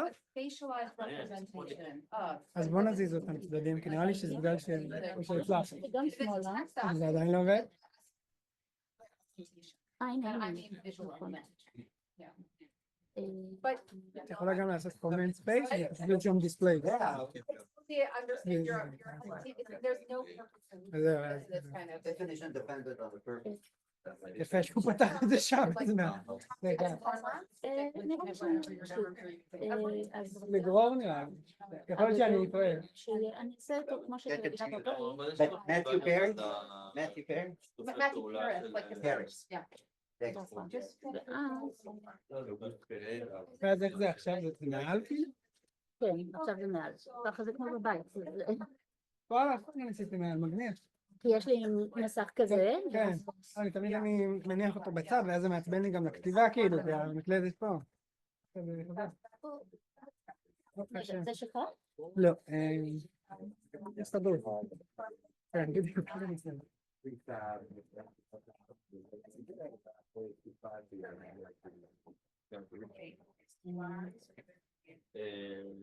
אז בזמנו, טל טובים. אנחנו בקרקע במשפחה הזאת. ילדים.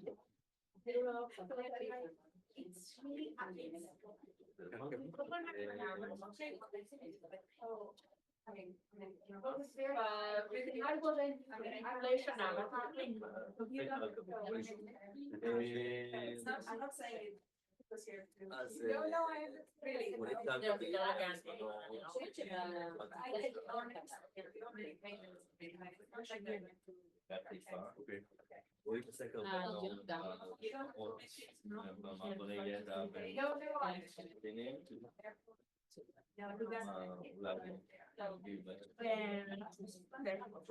פלסטינים זה בעצם בארץ, ולא רק התקנים, אלא גם בעלי חמור. נגיד, סוס שבתוכנית פלסטיני, חל גרמני או חל יהודי, אבל בגלל שהם כן מגיעים בסוף נקודה That will be a nice, התבלבלתי עם הזמן, כשראיתי את הספר, רבי בנימין, חשבתי על רבי בנימין השני, שהוא בכלל אומר, לא, זה אשכרה רבי בנימין, תודה לך. בדיוק קראתי את השבוע שעבר. מתודלה או את זה? מתודלה, ממש בצהריים, ואז כמובן שכל המרקורים שעשיתי בקובץ לא נשמרו לו. למה קראת? מה תענוג, נטו זה כיף, ספר טוב. דווקא, יש הרבה שיגידו דברים טובים יותר. בנסיעות. אבל יש כל מיני בתי קרמה, והוא עבד צמוד עם משה גרסטר, אני חושב. האמת שקראתי אותה, אני עובד במזון היהודים הקוצ'ינים. מה? אני עובד גם במרכז מורשת יהדות קוצ'ין. שאלה עד כמה מזרחה הוא הגיע, הוא לא הגיע. נכון, יש את המאמר מצטטים אותו מדי פעם שהוא הגיע. איך קוראים לה? חוקרת של הודו. פירה? כן. פירה גמליאל. למה רק קוראים? בלבלתי אותה עם מישהי. כן, פירה גמליאל, נכון. אתה עובד איתה? אז האמת שלא, היא גם מפרסמת, אבל היא מדי פעם, היא כאילו מרצה במרכז, אבל היא לא מועסקת כזה. אני לא חיפשתי את זה, אבל כדי למצוא את זה היה לוקח לי דקה, אני אמרתי עליהם, נרים רגליים ונהנק פה.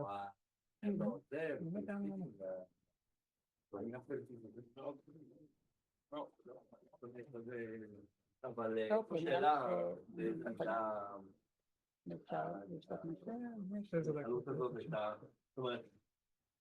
אני יודע שהייתה בלבנון ובפולין פלסטין, היו מאוד מאוד דומים, אבל צריך לבדוק עם האנשים שכותבים על הבית הערבי הפלסטיני, כל חוק של דיבה על זה.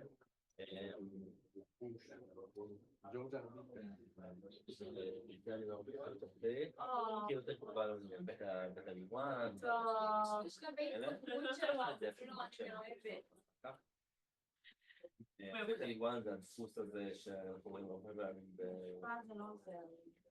קוראים עברית בטח כן, זה לא הטיפולוגיה הזאת של ההשפעה של הסגנון הבינלאומי. בזמנו מה שהוא כתב עליו זה החוש. זה אני לא מכיר את הכתיבה הזאת. זה באים רעיון שזה כזה סרט מרכזי. כן, זה צמד כזה.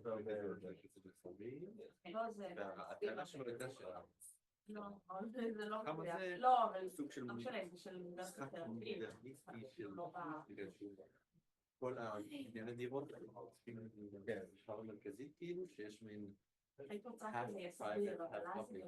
כביש נכנס לתוך זה ובאמצע של הזה היה אמור להיות אף הבית. אוקיי, אז בגדול יכולים להיכנס ולראות גברים, נשים, רווקים, נשיאים אבל אני כן, כי החוץ זה כזה מאוד, כן, זה עניין של אז בית הליבן זה כאילו הדפוס שהיה מקובל לבנייה לפני ההשפעות של הסגנון הבינלאומי. בית הליבן.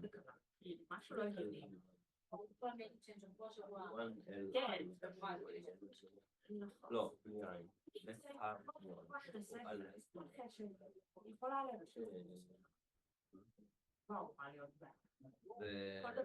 ואז באמת אתה רואה, יש דפוס בדרך כלל שחייב מרכזי, והחייב מרכזי יוצא מתוכו חדרים, והרבה מאוד פעמים יש לו מאפיינים מסוימים של המבנה עצמו, שיש נגיד פלטפורה, בראש קשתות, הקשת המרכזית יוצאת למדפסת, והדפוס הזה הוא דפוס מאוד מאוד מקובל בבנייה העירונית פלסטינית. אני יודע שהוא מקובל גם בלבנון, אבל מישהו פעם אמרתי שזה בנייה שם, מישהו פעם תיקן אותי ואמר שזה מאפיין כאילו רק את האזורים שפלסטינים בלבנון, ושהיו טופולוגיות אחרות בסוריה, ובטוח בהחלט בירדן, כאילו...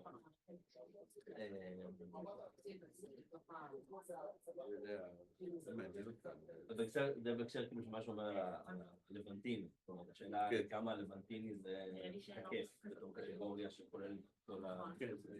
נראה לי זה, אני מבין שזה באמת זה עניין זהותי, זה עניין כזה עקשן פוליטי, עקשן כזה, הוא גם אוהב את הדמוקרטיה.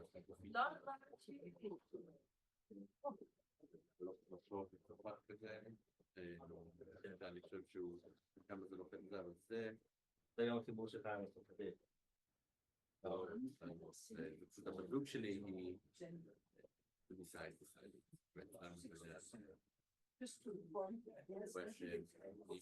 פיליה קצת כסף מוסדוס. אבל אתה מדבר צרפתית. אני מדבר צרפתית, אבל לא גדלתי, לא זה, אני לפני 20 גרתי צרפת, ולמדתי כי יש לי כמה משרות.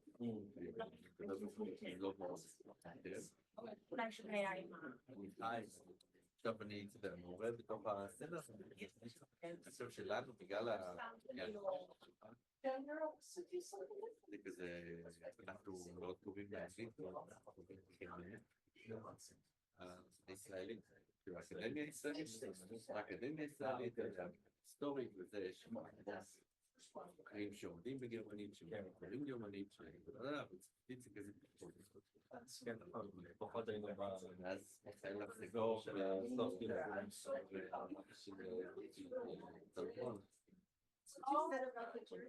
The whole thing was on archive lore, so you have the text. Yeah. That's for us. הקשרים בין האקדמיה הישראלית רופאים קצת. כן. חבל, כאילו יש, לדעתי, הקולוניאליזם הצרפתי, והאינטרסים הצרפתיים, אז זה ג'ורג' רבי, עושה דוקטורט שהוא כתב בהרווארד ב-2012. הוא עבד על בעיקר מדעי בריאות. עבודה טובה. תאריכים מעניינים למודרניזם מ-46, כאילו, שזה קשור לעצמאות בלימוד ב-43, אבל תציל לי כי כאילו, מה טוב ב-46. ה-43 מתחיל לזה, אני חושב שאפילו. כן, נראה לי שהיה שם כמה זמן של... אני בעצמי, אני כותב על משהו על שיתוף פעולה בין סולל ברלין. משפחה מאוד עשירה כזה גם בחברות. אני עושה את עליו שנייה. כן. הסיפור הזה, השמועה הייתה תמיד של גולדה מאיר בצעירותה. אוקיי. really rich people. והם בזמן לפני דבר שנייה אחרי שאנגליה כבשה את סוריה. ממישי. מכרזה ענק לסובל בונה מישהי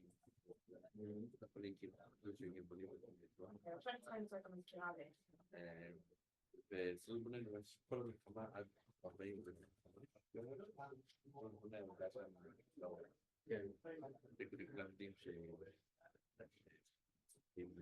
באנטבה הביאו את ההרחקה פה. גדלתי לבן שלו. הביאו את ההרחקה פה לבן שלו, את המנהל שהביא להם את כל ה... אני מכיר את הנקודה. עוד גדול שלי באמת. הרי הוא חושבים לו כביאים.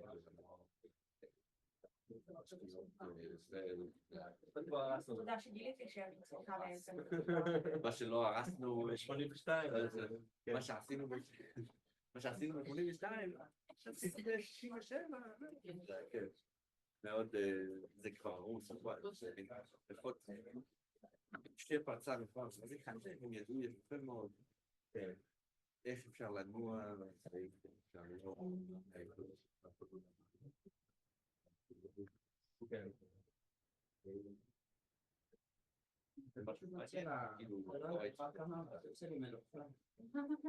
וגם בתוך ההסתדרות כאילו זה פריקד אאוט, זה השמאלנים יותר יכולים, כי הרי מה שהם היו עושים, היו סולבוני הייתה מעסקה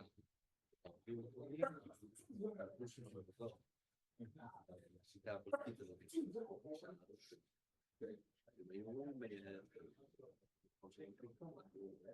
הממשלה תיתן לכם שקים שקים במקומות האלה. עשו שם מחל תועפות שנים,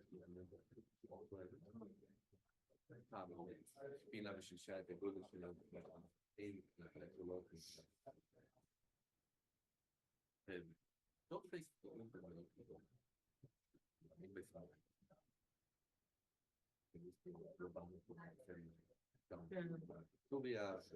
ההיסטוריה הארוכה של השיטה. כן, זה עבודת דיון מעניין של באמת כאילו באותם שנים כל האלה, אתה יודע, כל האנשים שבאמת כולנו ודנו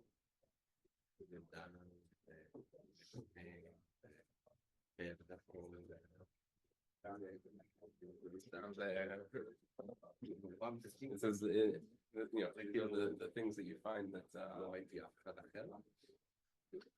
אנחנו אומרים להכין בדיונים מפתחים. אתה לוקח everything, כדאי לך לא עובד.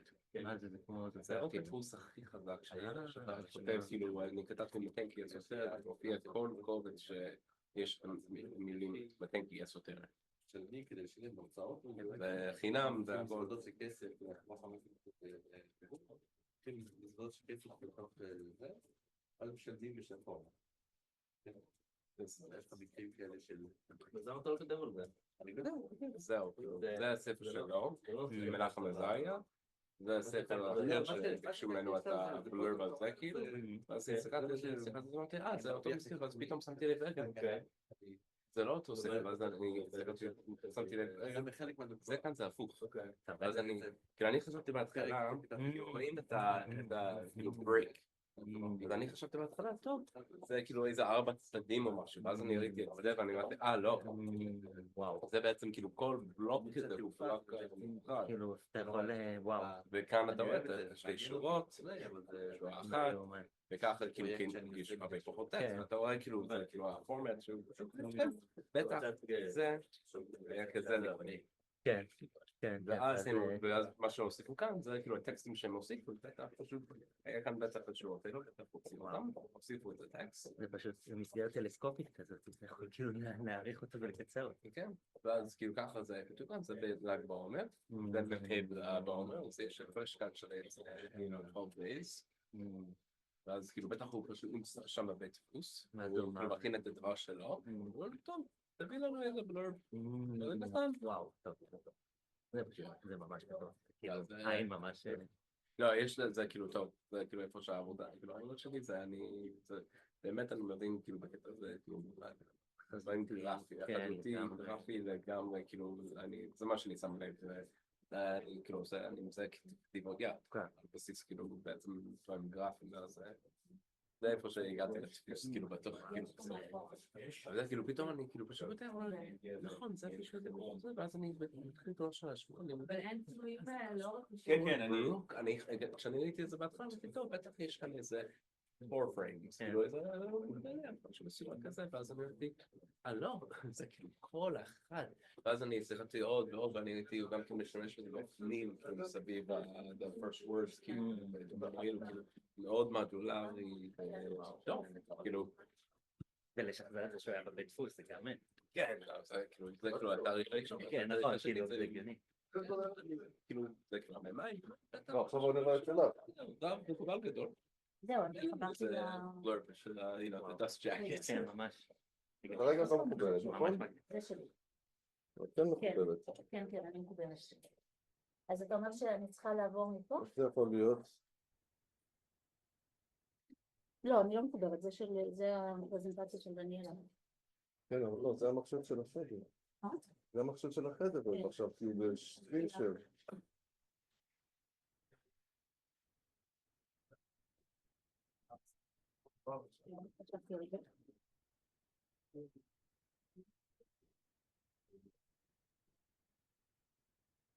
אז יש לי, אני יכולה גם פשוט לשתף באימייל את המצגת, יכול אצלי במצגת? פשוט תתחברי לזום ותציגי לי ככה. אין בעיה, מעולה. מעולה.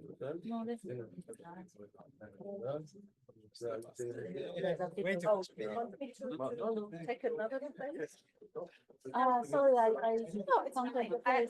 I'm just No, but I'm too much space. I'm here, That's so. fine, I'm not really there. Okay, good. רציתי אודיו, שיהיה לך יותר מרחב. איך אני, מה הלינק? יש לך פה את המיטינג איי-די? את עושה ג'וין? נפלש לא לראות לנו.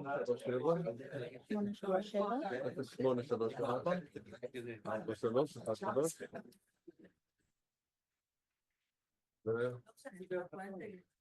מה זה? 57 68 68 57 68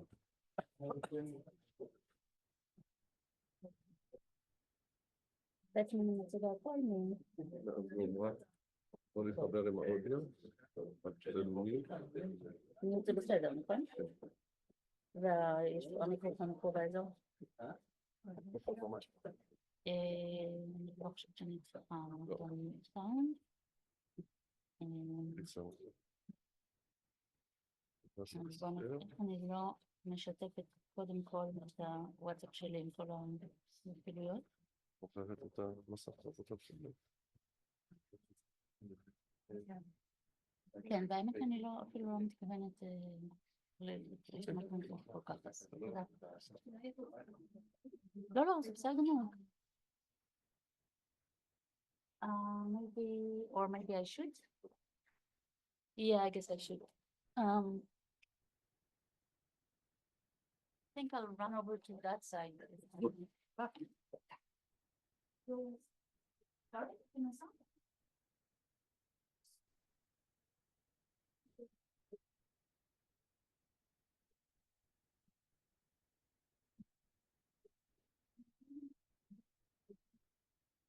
I'm looking this from your list.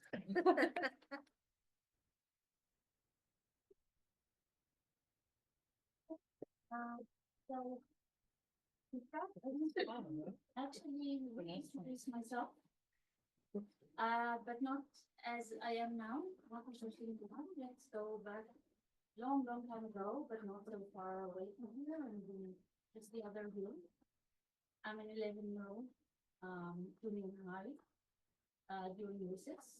I'm sitting at the desk, and on my desk I have this machine of brains and a land of refuge. My social life was not something to brag on when I was 11. And it was really the best gadget someone like me could have. It was an atlas that we were giving for geographic lessons. And I would use it. We've been talking so much about the functions of maps and the use of the map. And I was using it to imagine all the mountains I would climb, the lands I would cross, the seas I would travel, how I will reach Land's End and then put my house on some fjord. And then fast forward to 40 something years later. I had the pleasure and privilege to dream up another geographic dream gadget. I actually had it because my knight in digital shining armor here to partner in life and crime was ready to fulfill my dreams. And the National Library was kind enough to be our client. And we also have a third partner, Rainer Simon from Austria, a very talented front-end developer. And it was again a dream gadget, but dreams change, people change, I changed, I'm not very socialite now. And I came to a think more at peace with humanity. So now, when I look at maps and when I look at land, for example, when I travel in an airplane through the window, in the window of a train or a car, I'm not, what I see is not enough for me. And what I need now from a map is to actually give me depth and culture and heritage, tradition. So what I want the map to give me is something completely different, and that is to learn about what are the names, not necessarily proper names of the places I see, who lives there, and even better, who lived there before, how they depicted these places. So with this in mind, we built this geographical interface to the National Library collections. And this is what you're seeing here hasn't been launched officially yet. It's about 2 weeks, I think, from launch or something like that. So it's actually the staging URL. So I will send you the actual URL, which is not yet updated to this version. And when I'm on this map, I can choose a language. So you can change it to Hebrew or Arabic. I can filter, of course, to the different sources that interest me. I can choose to see my surroundings. So if I'm sitting on the porch in Mishkenot Sha'ananim, looking towards the Tower of David, then I'm continuing to or maybe let's start where we are now. We are on Kibbutz Farm. We can look back at the time where there were actually women students here before they were sent to that other campus, the social sciences and humanities. Or at Yimid Moshe, we can see the history of the place from the 1950s, where it was not as fancy, but much more lively. And we can see the documents of the first community there when it was there. Or we can see pictures from events. I think that would be in Mishkenot Sha'ananim, events, historical events there, and the way that it was that it looked like before. This is the Sultan's School, and Mishkenot Sha'ananim. This is our where we slept today, but looking very much different. And the Tower of David we will visit tomorrow. But we can also go to places where we are not actually going to go. For example, the place that we heard the name of which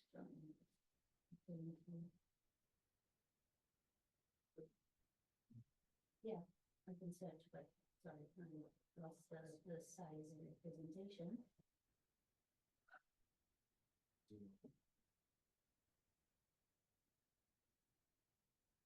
No.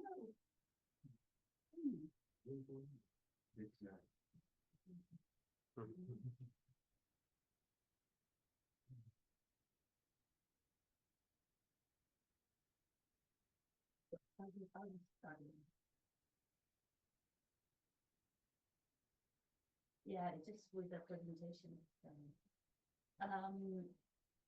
I can look for the place that I came to know as Marshidia. But it's actually Marseille and Finland, and then we can, search for example, at the bigger one. So I can also filter for different, types of material, but what I like to do, is to actually sort things by the oldest, and then I'll see the first two items are actually the original of the Almagest. And then we have this letter to the wise men of Montpellier, which is Montpellier, by the Maimonides. Maimonides, and I think it was the map that we saw together. Which is very interesting for me because it also echoes the description of Benjamin of Tudela, which we will see later. And there are all these places also of entanglement of places where, for example, you have either correspondence with other places or something completely different, which is the photographs of Mr. Hutkin. You know who that was? The medicine people, it's inventor of the vaccine against malaria.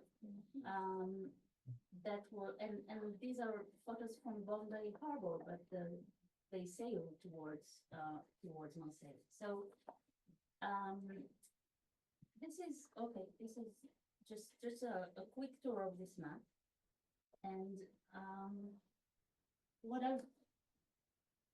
this map provides, I think, is really this tension between the wish to take the knowledge, the words of knowledge that is basically just as accessible to us through the National Library's catalog, but frame this knowledge in a map. This is like an urge that I think we get many times as people that, we live through maps, we navigate with maps, and we just might as well consume knowledge through the map, the map of the world. Now, there's something else that happened between these times when I was 11 and the time where we are now, that sort of ruins this pleasure, because I also did like 3 degrees in humanities. And so as a humanist, I think I should really stand here and not show off the nice map I did, but actually like perform contrition and flagellation about all the sins that I commit here, and because it's really terrible what we've done here. Can you like bring it on all the atrocities? I guess what the map fails to show is movement between the dots that you have, or development through time, really, like chronologically. Yeah. Well, we just need more money from the library, and then we'll have a timeline. We definitely plan to do it. We hope that the library will, but yeah, definitely, there's no movement. I mean, it's a modern day map, it naturally mirrors like the historical places where it actually happened. Exactly. I mean, how can we look at, yeah, if we want to see a marriage date from Lemberg, how can we like call it Lvov or Lviv? And like see it on the border between Ukraine and Poland. I mean, it doesn't make sense. It's in Galicia and it's in the Austro-Hungarian Empire. So presentism, maybe was mentioned it yesterday, the same irony in it, the terrible thing of presentism. And there are other things, the atrocity of the Mercator projection, right? I mean, not just the places and the borders, the very space that I'm describing. Yeah, and the very few sea or nautical occurrences there. Nice.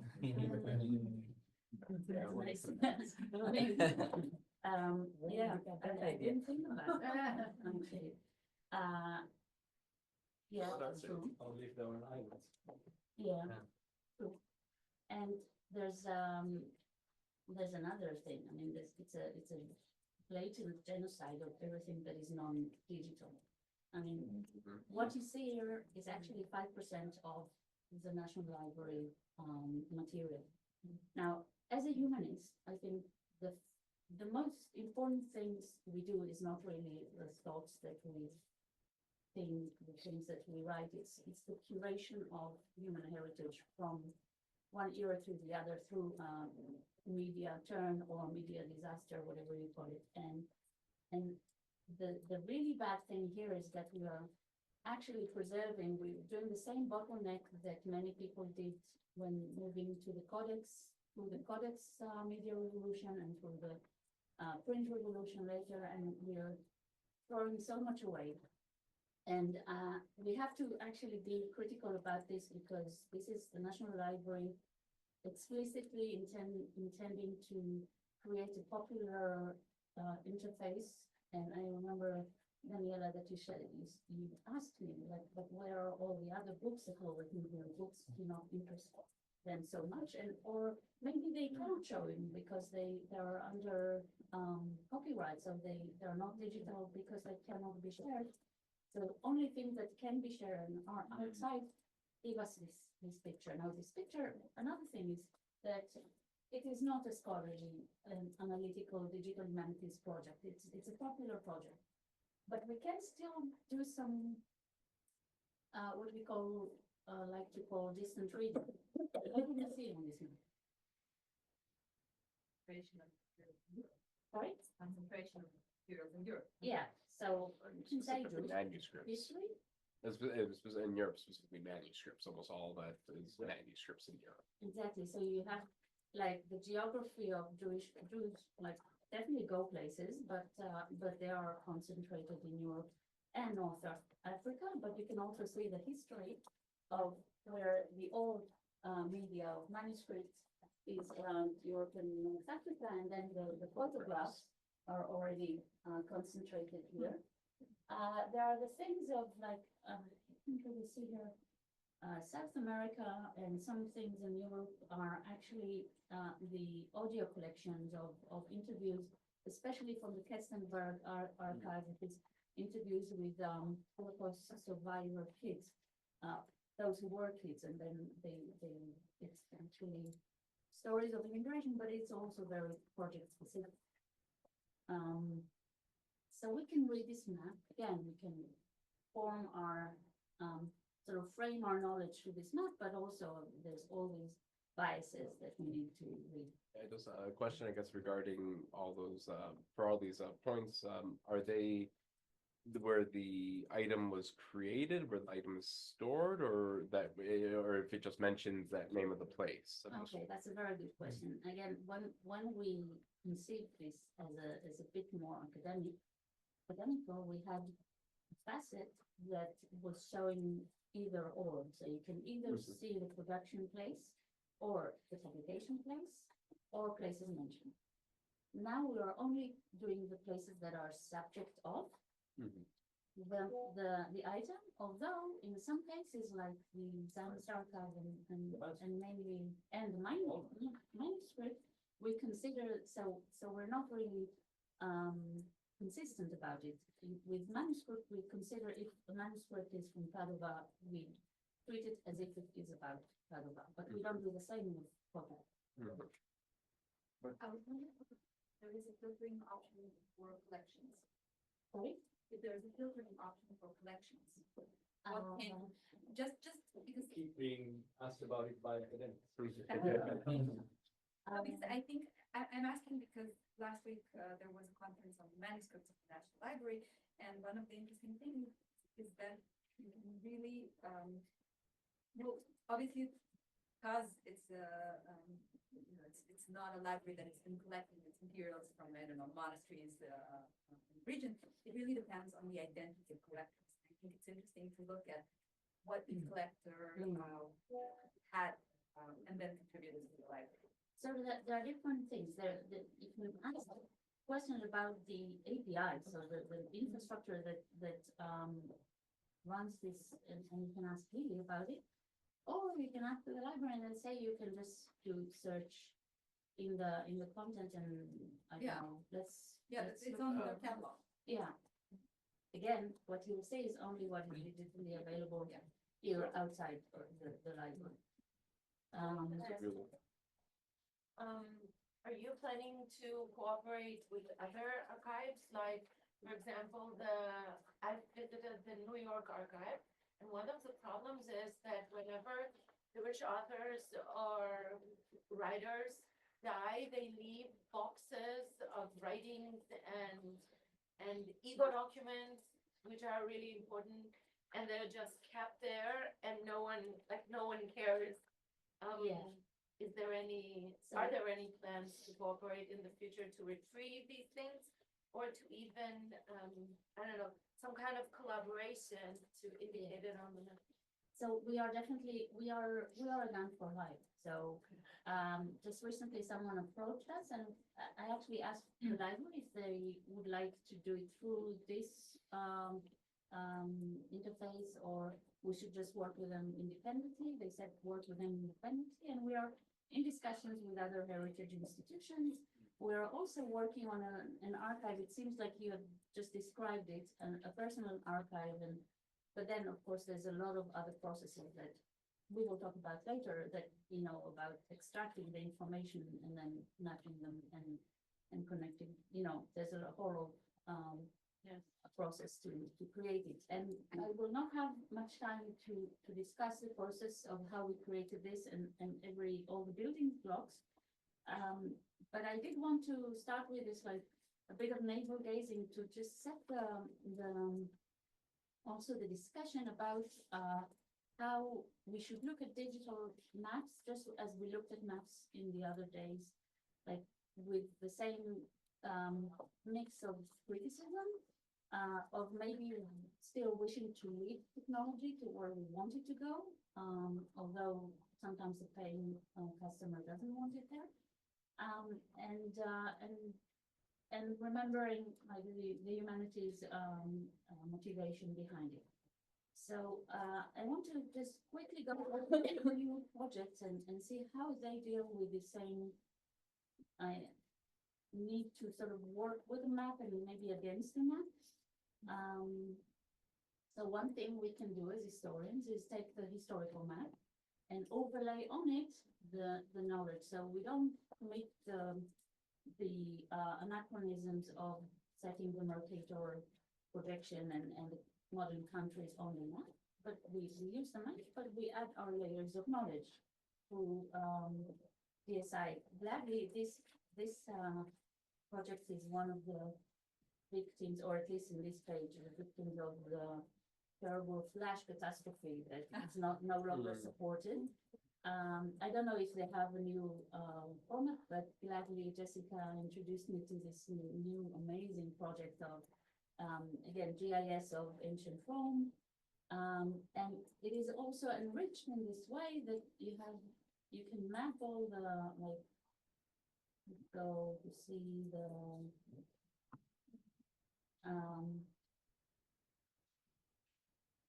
yeah, I wanted to have a little look at the Lateran, it's on the left hand, I think it's, yeah, right? We can enrich our view with various depictions. We can also decide to I just learned the term, the atmospheric term. So actually, you know, looking at water is something that is important. And I think we've heard about it, water vegetation and stuff. So we can, I really love this, like being able to color the river. But there's also other layers that we can explore. You can also decide that, okay, I don't want the modern maps, they don't make sense, nor any other kind of historical maps that draws border, because border is not something that worked like that in medieval times. And this is the Altureia project, a great gazetteer project, so project that took the encyclopedia of Georges Cornu and digitized it in a way that we also have, we have what Yehud gave us the names of of bases, but also the network that they create, and then it is actually these networks that create the regions that we saw in Andresi. Without having to use borders, when you recognize the border towns, that would be enough for you. So this is again a way to work with the map and against the map. You mentioned time, so there's also what we like to do is to make I don't know if that works for me now. Time here. But I can look at the dynamics of interreligious encounters in medieval Islamic world. That's the Damas interface. The project is called Dhimmis and Muslims, and they have every such point this is like 114 evidence staples of distinct religions in the period between, I think this is the 9th century. Amazing project.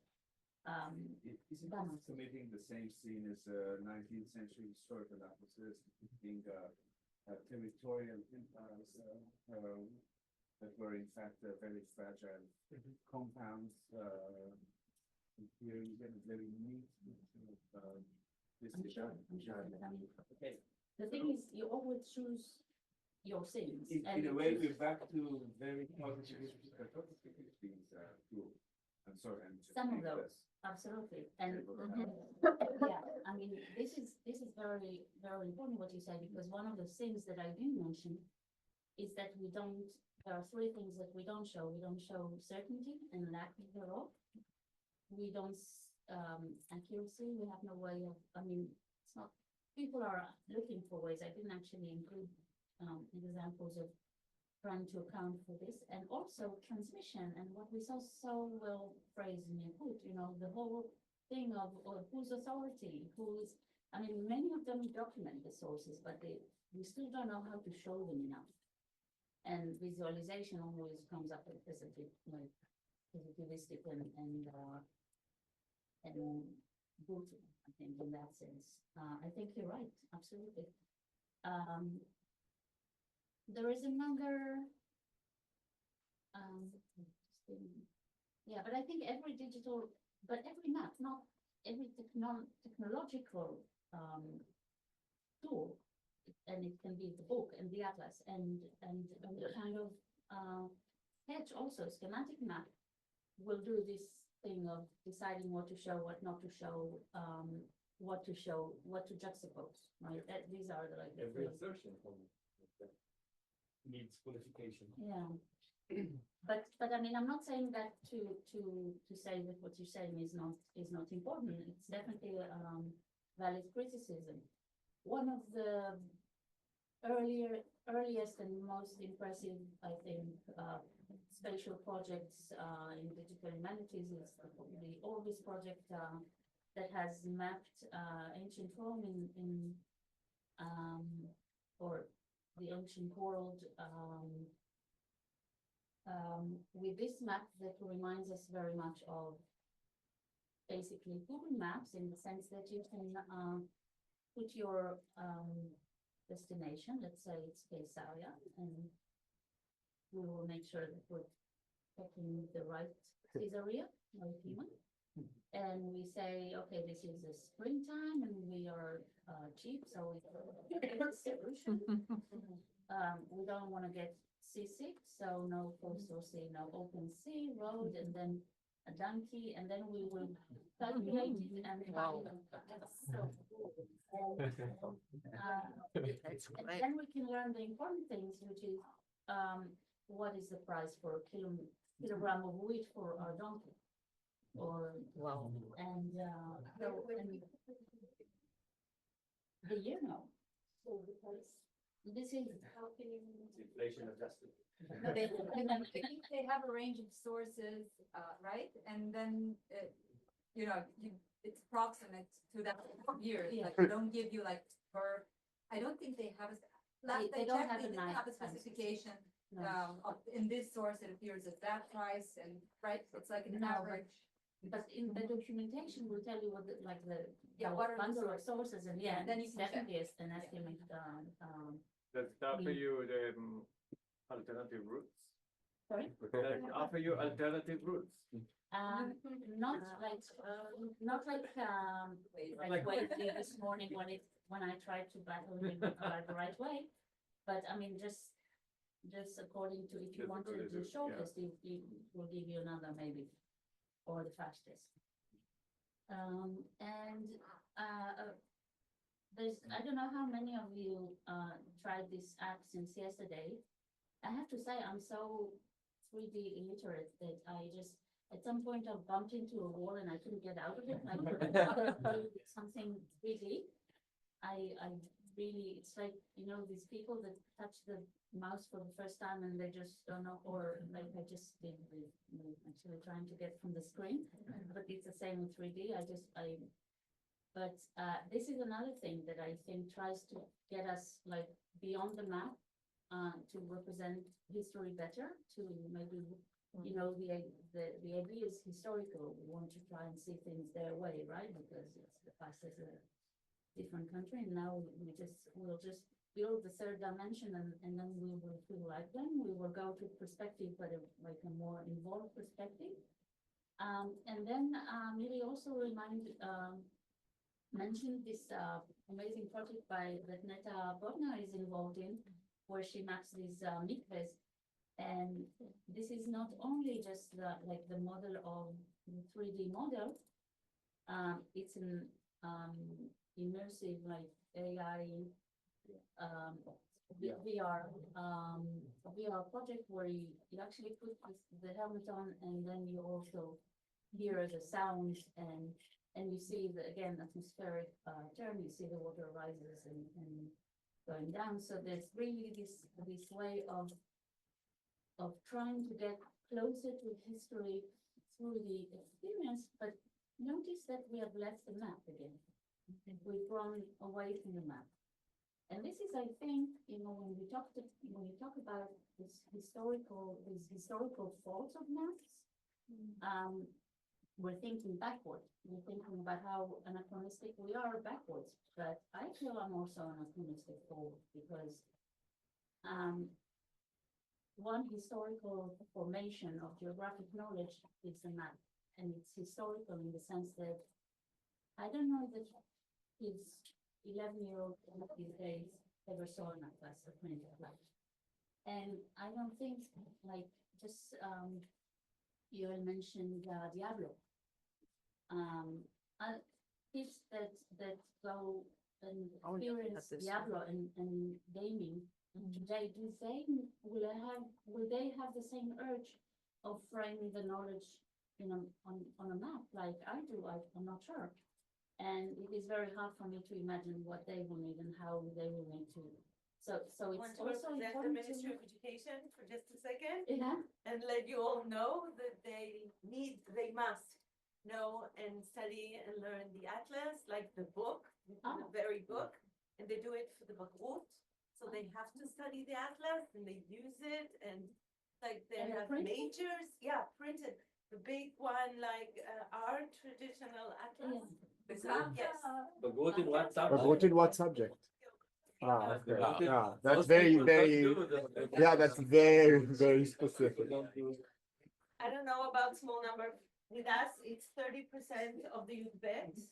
They're geography Final major. year. They majoring in geography, so they do Yudalef youth bet. 30% of the students do geography, take the geography major, and work with the atlases. So they work with different atlases. I'm not even sure if I'm like for or against it. Really, it's a good question, and I mean, I don't want to force. Forcing kids to learn script. Yeah.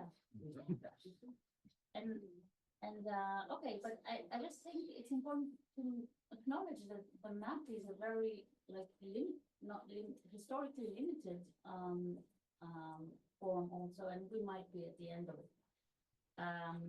But I was So as I said, I'm really illiterate with three-dimension, not to mention more.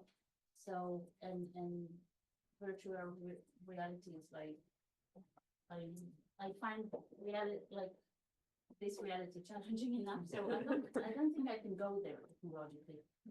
And my urges take me in different directions, still in the map.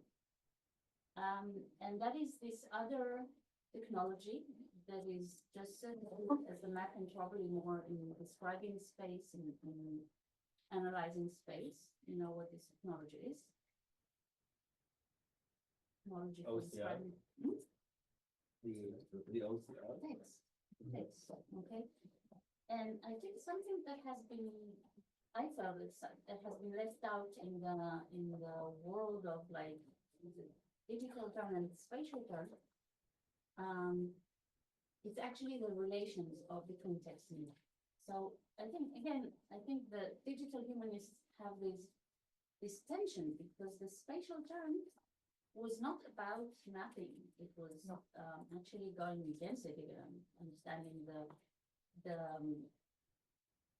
relativity, the subjectivity of places, of space, and how to, how you make a place, which has nothing to do with the mapping necessarily, unless you want to make the world a place. No, there's all these insights that we have, and the digital humanities is not doing a very good job or maybe trying, but not doing a great job in like having to, how do you say,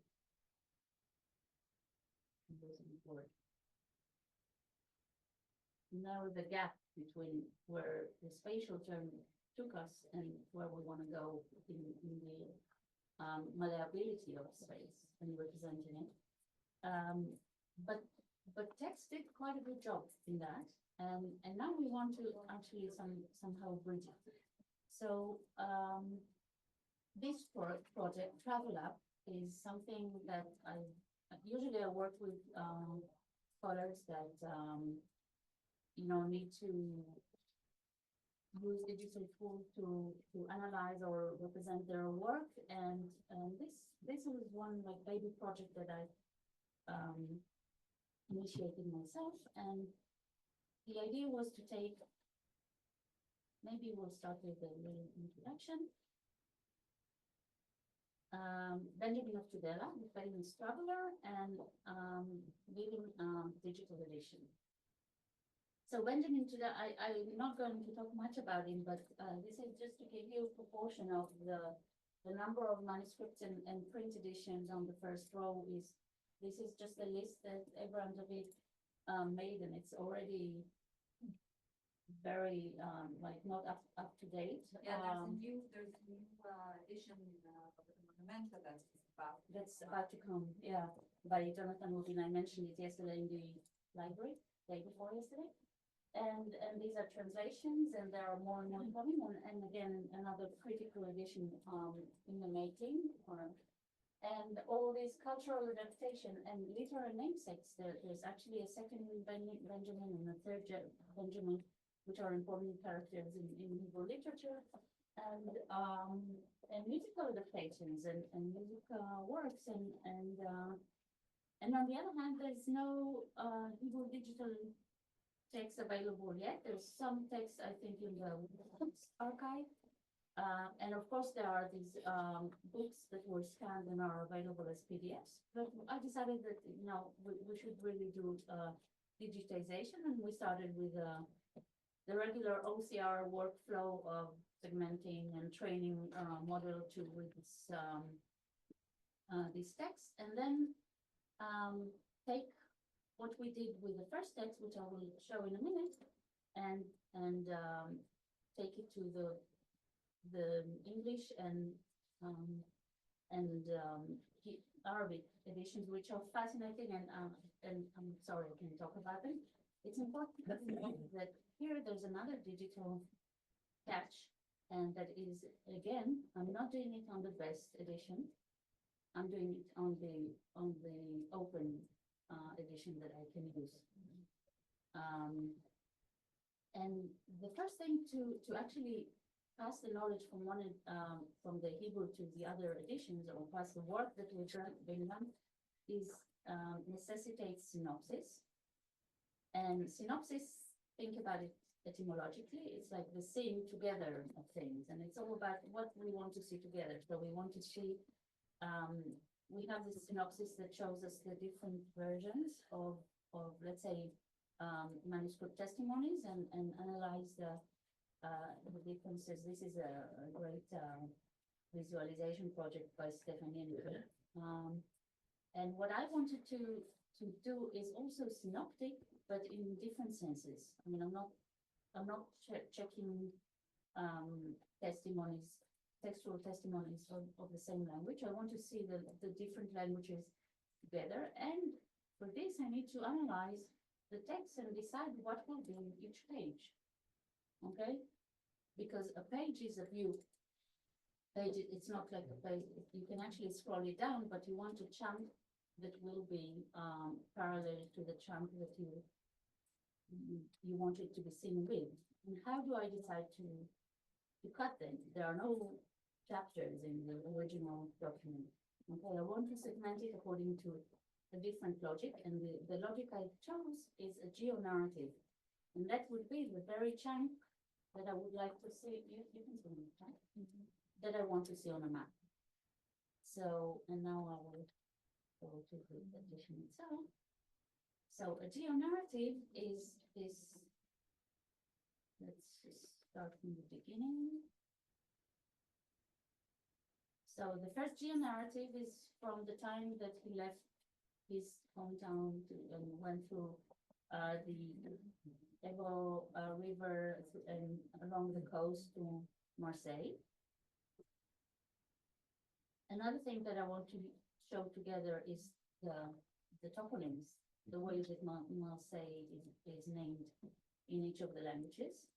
And I also want to show the what we call technically the geosection, so the section in the text that describes this place and compare it together. And but then the next geo-narrative is actually the sailing from Marseille to Pisa and Lucca, and then we have another narrative which is in Rome. I haven't done a lot of work on urban geography, and that's one thing that I would like to take this project further. It would be amazing to do the geography that he does of Rome, of Jerusalem, and of Constantinople. Actually, if we continue with the geo-narratives here, we get to, we have another maritime leg where he has to cross the border between the Christian and Muslim areas, and then he goes down in the Levant to the Holy Land, and then we have Jerusalem, which is actually empty. I think. Yeah, this is just basically the previous geo-narrative, and we have nothing about Jerusalem, and this will actually be your exercise too. But it's not about mapping. What I want to how are we doing with time?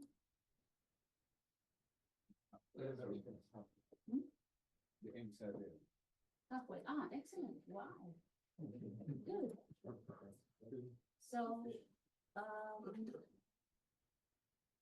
You said you were not doing mapping? sorry? You said we are not doing mapping? The idea is not mapping. We will work with the Cogito, and I will talk about the Cogito. The main thing will be, for that, I will actually do a trick, and I think like posterity will forgive me because I'm going to that Oh, the camera follows you. Really? Yeah.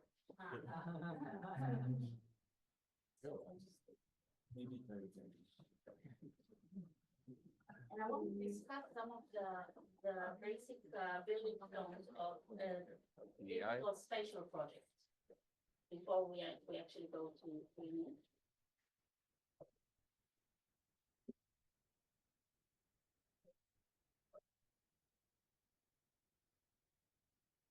As I said, we're talking about text as something that we want to represent together with the map, but also in very simple mapping projects. What we need is we start with text. Oh, wow. Okay. We start with text. Texts are solid, right? And what we do in the, so you can have the text here.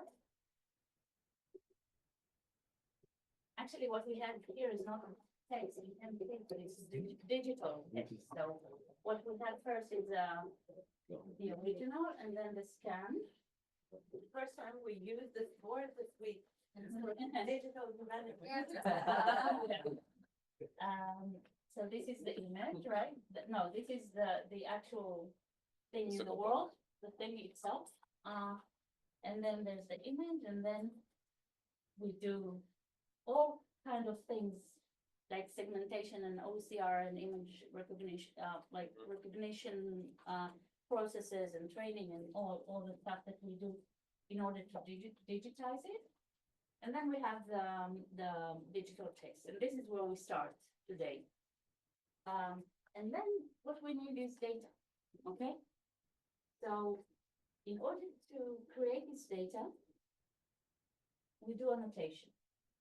So actually, before we do annotation, we have to structure it, right? We said we have this, I decided to do structuring not by chapters because I don't have them, not by pages because pages are really a thing of the previous media. So I need to find a new kind of structure, and I said geo structure because I want to align my text to the map, and I want to make the map and text interactive.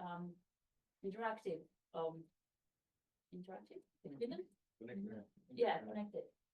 So what I did is segmentation, but before I do segmentation, what I need to do is modeling. Or, in other words, I have to decide what is in my digital world. Or in philosophy, we used to call it ontology. But in computation science, we also call it ontology. We need to decide what do we have in the world that we want to represent. Okay, and then I decide I have the geo narrative and geo section. What else do we have in the world that I created, in the digital world I created? Places. Places. What else do we have? People. People, authors. No, I just say what people names. Actually, we have people names. So if we have people names, we don't have people. What else do we have? Started. We have place names, and it's not the same thing. You don't have places, you have place locations and place names. No? Places are basically coordinates. I have them as let's say abstract terms. I will see how I get them, yeah, but these are very important. And we have the place names that are attested in the text, but they refer to some, let's say, abstract entity, which is the place. Time, I don't have time yet in this world. I could have decided many other things. For example, I could have decided Events. to take events and model them, or maybe religions. I mean, we will see that all of these are options of ontologies of annotation schemas, because the ontology decides what the annotation schema will be. So my schema will be I have these geo narratives and geo sections, and then I have annotations of expressions that will also connect, and this is the next step, to the entities. in my case, the entities are, well, I don't connect the people, so I don't have people as entities, just the places. And it's not something to be taken for granted. Deciding which place is the same place in between two names is not always easy, or if one name may refer to different places. And what is a place? I mean, do I stop at the resolution of country or an area, or what happens when it comes to a building, and when he describes statue in front of the building, where is my boundaries of the concept of place, right? Before I can actually annotate, I need these guidelines. Right? So. I'm sorry, I want to ask something, maybe not time, but timeline. Like, because you do have certain layers of these perspectives that you were referring to. So Yeah. maybe not like time, but certain points on the timeline. Yeah, Picture. it is, we are talking about an itinerary, and some itineraries even have like specific dates on, not Benjamin, but he does use a lot of time expressions to describe the, I don't know if you can read it, I can't, but it's the Masira in Arabic, there's, from here to here, it's what was the Hebrew derech, can you read me just a bit of your? That's not the part you want. It's not the part he wrote, but from here to that, from Shah Costa, South Costa to Derech. Derech is the Hebrew word. It takes 3 days. It takes 2 days. 3 parasangs, right? Parsaot. And it's either time expression or a distance expression, which is actually a distance unit that is translatable to time or measured by the time it would take. But even if you So- don't have the time that it takes, there is what come before, what come after. The route, the order of the places, Right. and the route.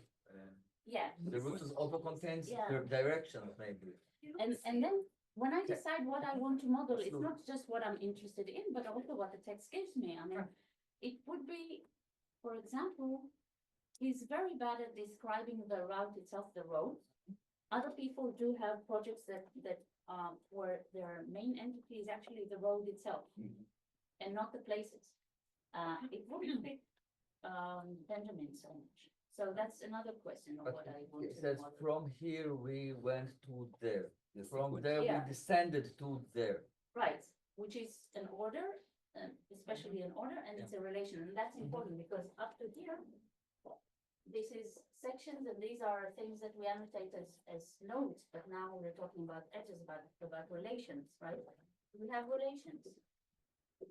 That's another question when we want to model and set a schema for annotation. And the annotation will also, and that's another thing. We wanted to mark, for example, you see, you remember when I asked you, when we work with the text, what do you want to get back? Because I was thinking, okay, what do we want to highlight with the marker? But of course, what we do with highlighting the marker is not just, we want to say, okay, this is something we want to reread afterwards, but here we want to extract this information. That will be the data for our database, the data for the application that we want to build, right? So back to, but I didn't say something very important. Where do we have the entities? And where there are place entities, where do we take them from? Databases. Databases, we have a specific name for storage of entities which are places. And it doesn't have to be digital. Let's see. Eusebius, yeah. Oh no, the onomasticon is also Eusebius. So any list of places, even if it doesn't have any coordinates, even if it's not digital, can be considered a gazetteer, right? And the main function is not giving us, I mean, obviously we always think we want to map, we want the coordinates, but the main thing it gives us, a gazetteer can have alternative names, it can have a description of places, it can have references to sources that talk about Sorry, landmark, like a landmark? Yeah, for example, it can have all of those or none of those. The main thing is that it will give us identity. This is one place, this is the other, the one is not the other, and things that we can refer to, and this is important, so. So make, what was I saying?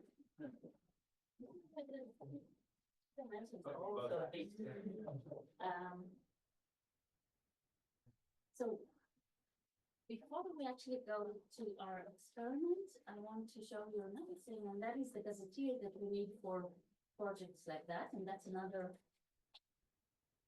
how do you say? The fantasy project that Gil built for me. And that is this project that, like, let's say that you see this letter in this string in this word in a text, you know what it refers to? Up, down. Connected to responsa? It might appear in responsa. One-fold divine. Exactly. This is my favorite place in Hima, in the gazetteer, because it has the most variants. And what we see here is we have all these variants in the Hebrew language. I'm not even, these are not even counted. There are quite a few in non-Hebrew languages, but these are all variants of Frankfurt and mine that were actually attested in sources. In most of the main source of this gazetteer is the title pages of books in the National Library. So the title page It's public domain. You can. Okay. Yeah, I'll send all the links afterwards, but that's, yeah, definitely. And then if we see Frankfurt, we see the attested variant. So if we have this monstrous variant, for example, we can see attestations of it. I'm not sure if this will work now. It works, but it's not available. Let's find something that might be Express. No, it's not. It has. They're just probably on Hebrew books. Yeah, no, I want to show something nicer. Maybe that one doesn't have. It's too late. Yeah, I was hoping, yeah. Actually, this is not where it comes from. This has another kind of Frankfurt Aleph mine. It's a different one, so. Why, what we did? Sorry? Considered one of the variations of the same. Yeah, But these it's are not all that one. variations of ways of expressing Frankfurt under mine. And in the Hebrew script. And the thing is, the reason that we could do it is because library catalogers have this great practice of having one field, which is the way the place name appears on the book, and another which is a normalized version. And once we took the normalized versions and found the coordinates and created the gazetteer, you can also get to the attestations. In this model, do they also make space for like specific books and how, like if they call Frankfurt am Main this way, then they also call, the different town in a certain way, so you can map like tendencies of So this is trends of naming places in certain ways and who names what in which way. So this is something that the trend is in Finland, but it's just a historical, like, okay, let's take another one that I like because it tells a story. Saloniki, various Spanish, you can see the change over time in the naming of the place, but it doesn't do what David suggested, and that's definitely something that we want to do because we are collecting the attestations and actually analyzing the. It's also something you need a lot of money to do. Yeah. It's almost the Let's, reverse. let's apply it to. It's almost the reverse. Yeah. But we do have the data, I mean, we are collecting the data. And we do it actually for one other project where we do civic books and then we will, no, but actually we don't study the variance there. So, but So- this is another interface maybe. What's the data that is included here? So, we have different, different sources of data, not all of them are in here. So then not all of them are just the title page, because like Hamapa uses like all that. Yeah, Hamapa is actually not inserted in there, but it's taken from various responsa and from Glenn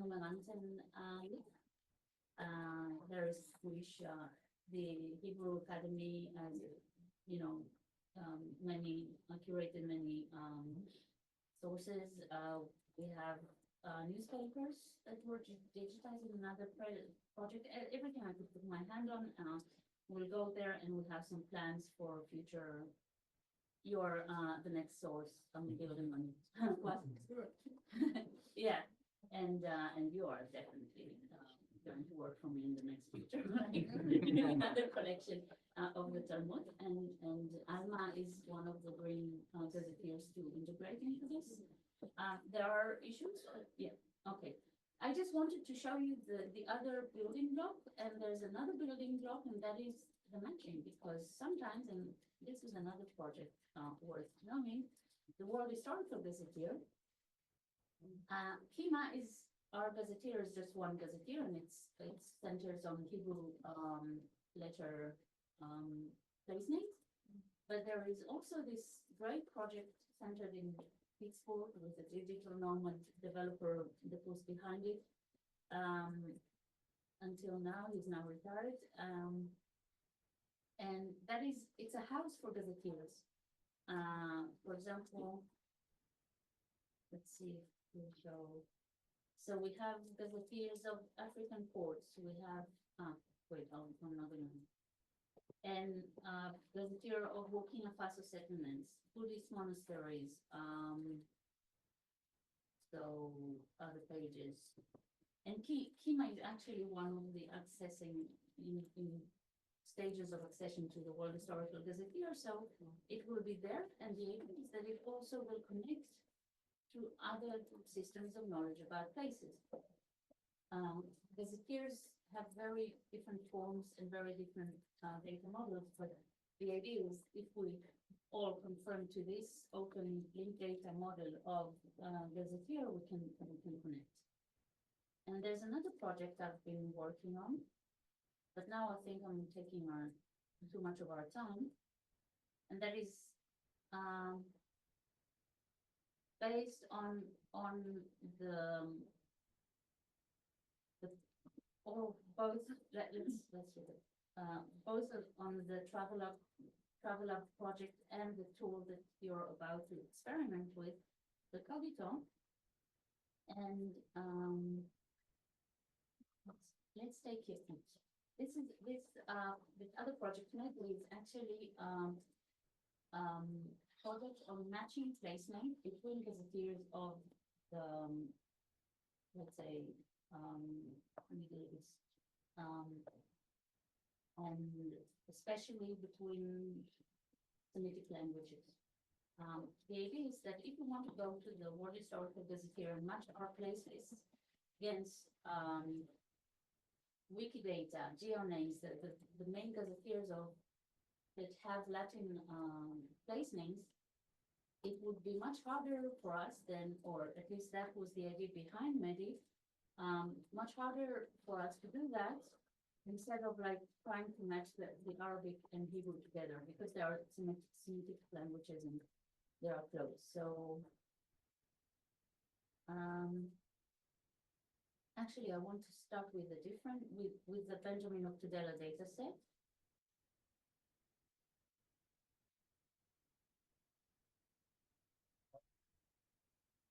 And in Movie, what we get is lists of place names, and then we can match them against other gazetteers in order to find, and this is what you you will need, if you want, you have a list of the toponyms of the Talmud and you want to check them against the Syriac gazetteer or against, an Arabic, against Yakut or, even Batuta or other texts that we have in the set, then, for example, let's take,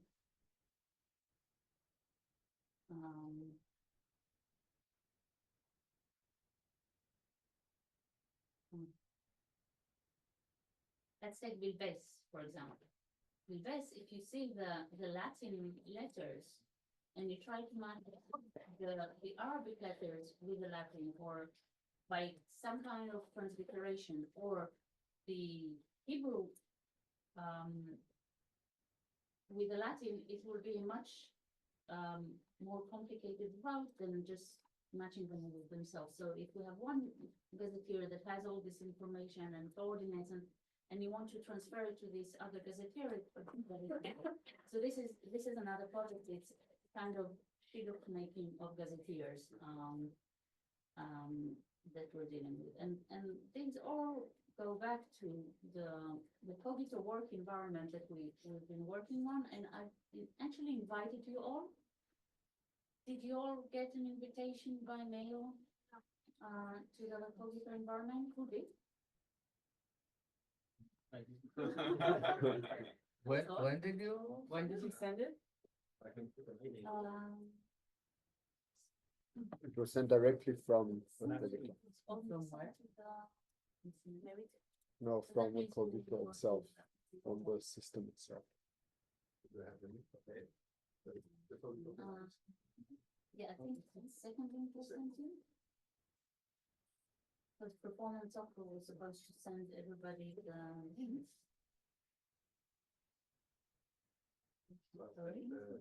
Sent under the title Join Recogito. 6 days ago. So if you all join Recogito, I will, Not in the- yeah. On the main box, I got it to my, not to spam, but to another box, so. No, but what I sent you is the invitation to the new one, which is much more limited and it's actually in a kind of early stage. So I'm going to send you to I can send the Pelagius one? the Recogito Pelagius registration. And I'll ask you all to register to Recogito. Yeah, I can take a look. No, we just got it now. But In the WhatsApp? Okay, but let me also, can you tell me so I can send the non-WhatsApp adapters? On the WhatsApp, Send it to you. via- Okay. Yeah, but I don't know. So how do you want to? create an account or log in or whatever. So let me connect. Yeah, I've already done that. Arega bWhatsApp. Send it to- Arega. Who is not on WhatsApp or doesn't have WhatsApp on their computer? I just sent the link to I don't. I just sent the link to myself, yeah. But should we create an account? Yeah, please do create an account and. How is it? I mean, I don't have to. Doesn't pop up. I think I got to Sinai Rosnet. I got Sinai. But you can go up. And then I log in. Right, learn more, Sorry, and then. Edu? Now log in. Edu. לא, login, זה sign. Create an account. Here's, This. If you have an account, sign in. here's, I just sent it by email. Oh, okay, thank you. לא, לכן בוואטסאפ? הוא לא עולה. אני אשלח לך כתובת. לא משנה, אני מתחת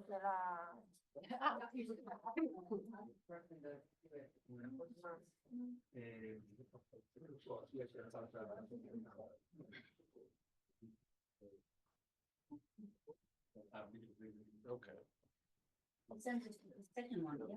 Thank you. Now I'm there. Let me see for a moment. That's the last one. I hope so. I was following some. No, this is. We're in C9, it's login, we're looking at C9. Login here. Okay. And then actually it's one now, the page down. You just put something גיל, here, הכוונה שלך? your email. בכוונה שלחת אותנו למפה של בטוח? Yeah. Do you have a share with me? So after you make an account, you have to re-enter another link. To log in or sign up. כן, כן. So I'll send you now the link. Yeah, it's not that. So what do we do after we log in? I will take you. לא, פה למטה, אוקיי.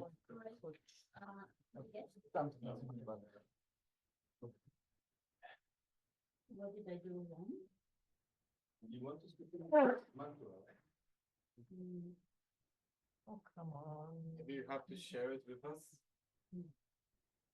Yeah, I do, but just a moment.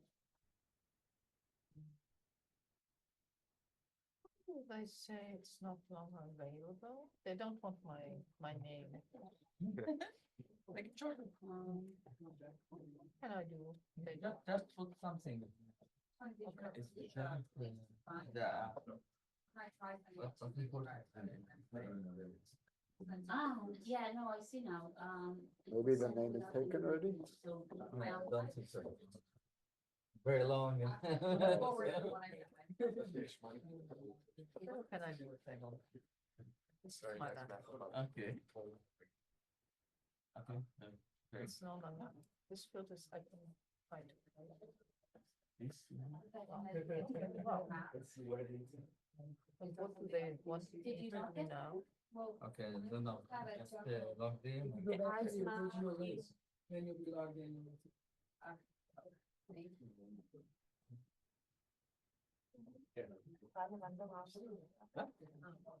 Awesome. Good time. We'll see the assignment here.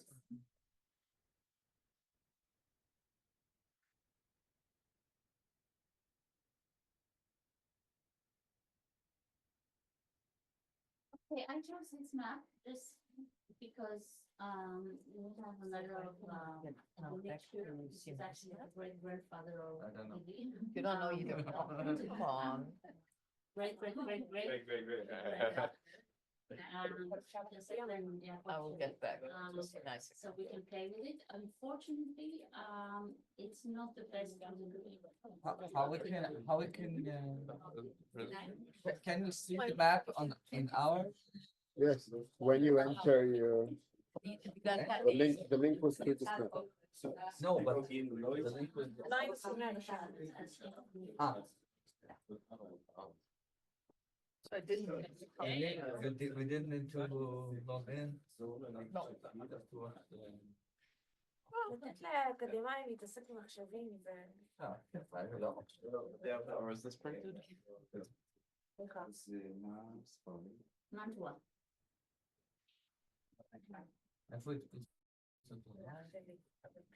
Where was the door printing press?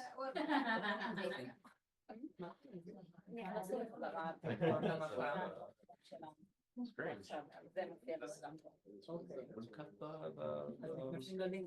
The type is great. I don't know, I can send it down to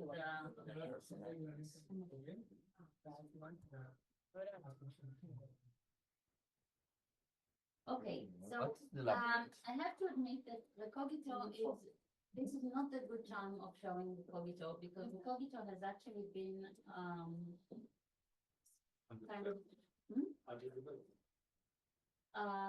yeah, this is what you're saying now is the old Cogito, and it's not been, maintained. It has a lot of, things that are not up to date, including, for example, the Kima Gazetteer, which is installed in it. So if you try to use and connect to various places, you will not get the coordinates. Today we have them. And what I'm going to send you is both this map that you can play with, and I'll just show you how it works. It's very simple. If I want to, for example, let's see.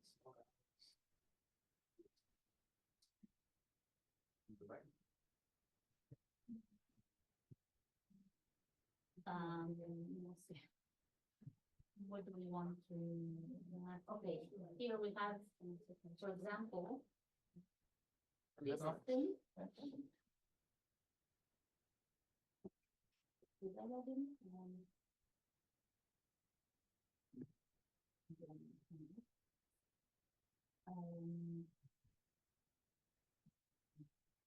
Okay, I wanted to annotate this circle.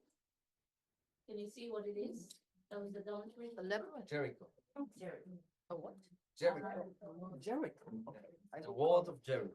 These are the walls of Jericho. So I choose the rectangle. And I just do click on one end and one of the other one. I'm not very exact.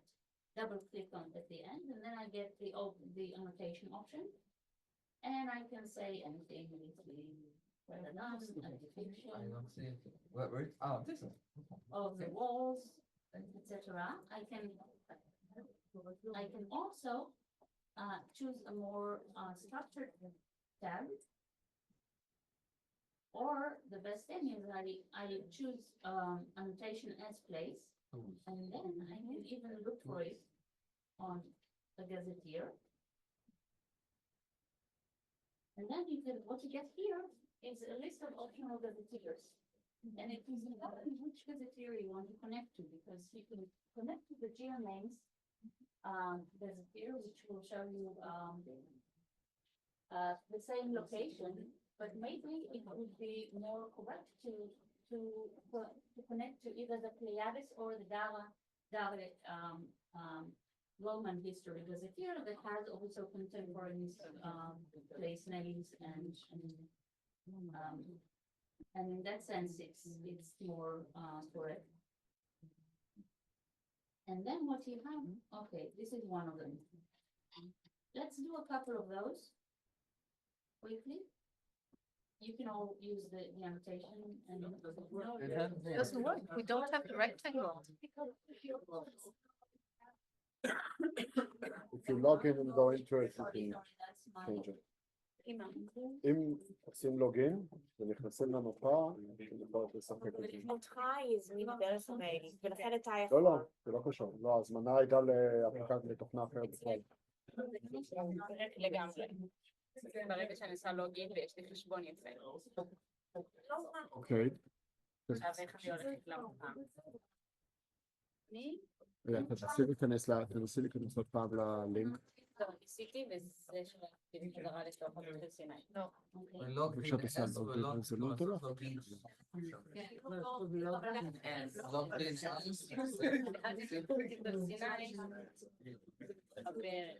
ואז אני יכולה לעשות.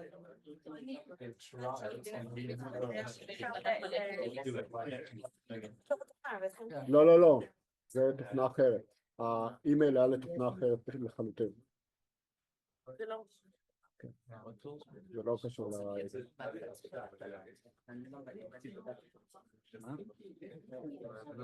לא נותן לעשות שום דבר.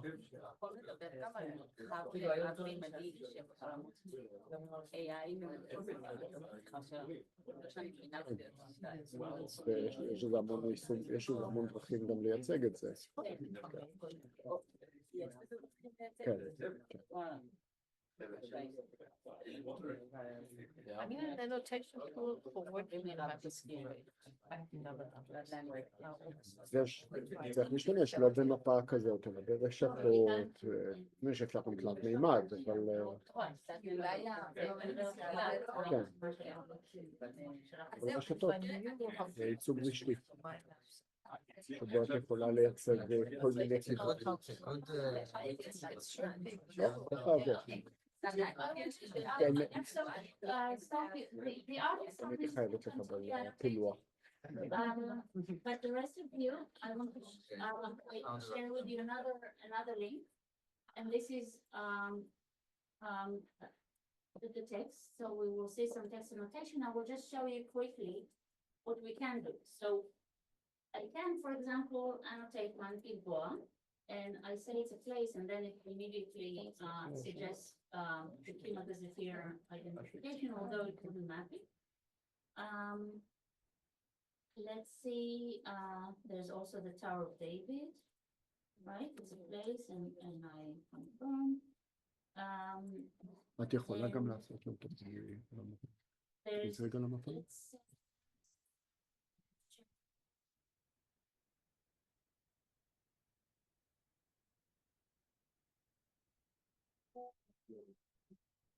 This is actually Jonathan Rubin's knowledge, but I just looked at Point, the rectangle.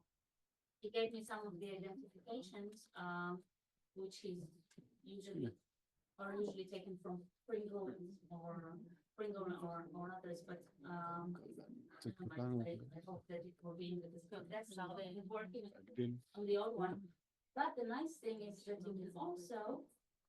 you can tag anything, and you can decide what would be your, let's say that I want to tag mountain. And I want to analyze the topography. Or I want to אני עכשיו תעשה לך חיבור ותוכל לבחור את המקום, בן אדם.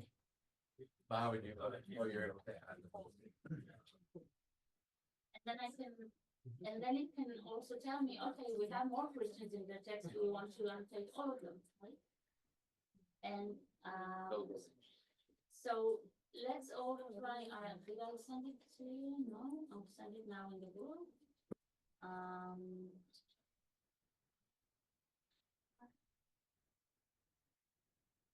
It's open you can do, So in order to get to the .txt, you use OCR for the original? yeah, or you can convert if you have it, I mean, it depends. In this case, I was working with the Gutenberg project edition, so I didn't need to do OCR. But with the Arabic no, actually the Arabic is also available digitally for Benjamin. Yeah. From the open This would be sorry, yeah. This could be very useful for a project that I'm doing, but I don't think OCR is good enough in Hebrew and Arabic to talk to me.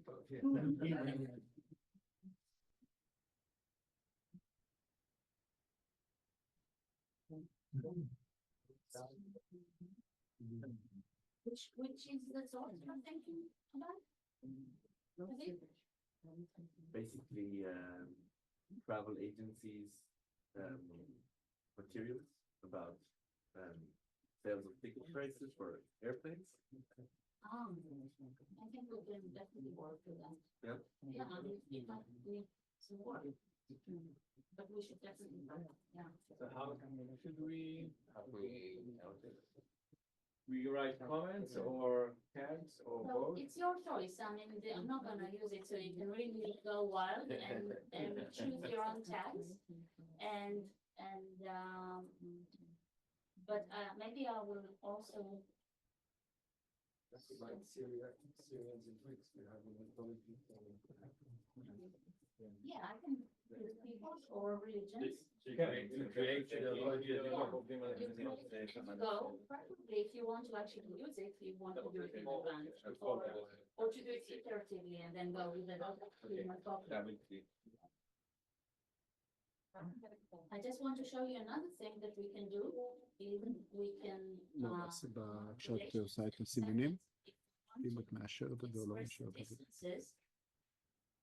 Then I can say it's גם יכול להיות איזה סוג של annotation, גם יכול להיות, אבל אפשר או לא. And in the end, it's also important to say, this is the main thing, is that you can export this in all the formats that you need for using it in other applications. And you can also, let's say, we already have some of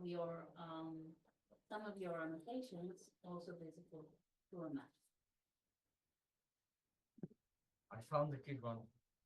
You found it. Very nice. But I think you can, at least with the updated Gmail, you can also find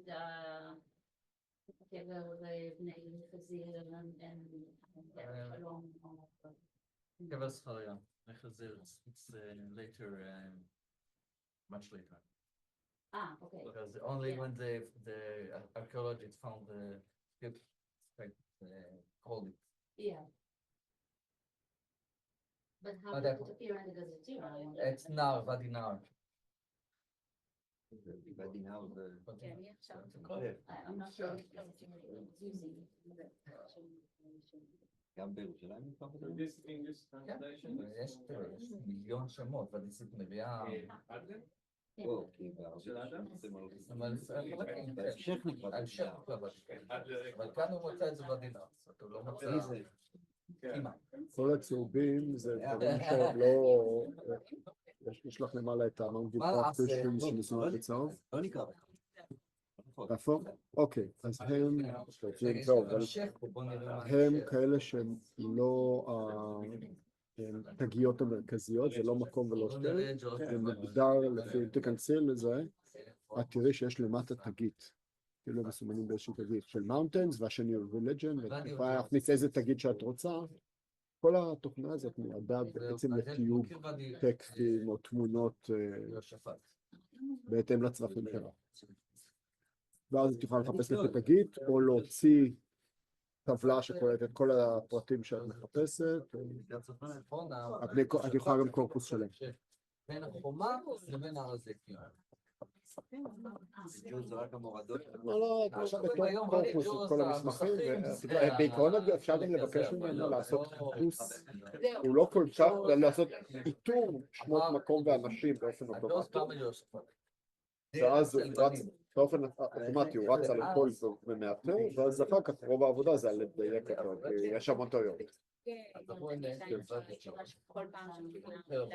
ברגע שאת מסמנת מילה, הוא ישאל אותך, את גם יכולה, אם תבחרי סתם מילה, ואז יש שם, אחרי שמאשרים, יש שם more options. ב-more options את יכולה לבקש שזה לא יהיה רק דמיון מוחלט, אלא גם אם זה חלק ממילה אחרת. זה חשוב, כי סימני פיסוק הוא מזהה בתור חלק מהמילה. אז אם את לדוגמה מסמנת את ירושלים, אז יזהה לך רק את ירושלים, לא ירושלים שיש תמוד לזה נקודה או פסיק. צריך לציין שאת רוצה כל אזכור של ירושלים שמתחיל בהמשך. לא, אני לא יודע מה, שאתה קוראים את בערבית. אוקיי. בלי קשר, לא, ראיתי אם אתה... מה, לתופן?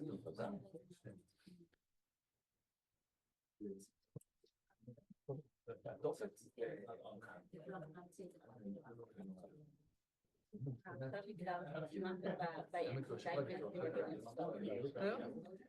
והתופת החלק של חפות הנחלים.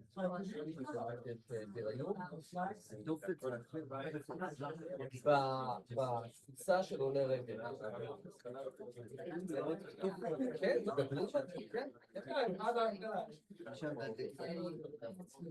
כן. אני לא יודע מה... אני לא יודע מאיפה דנטה, דנטה לא... לא, אבל לא, הוא לא בטופס, הוא יורד לטופס. אבל הוא לא אומר שזה משם. הוא מתחת לירושלים.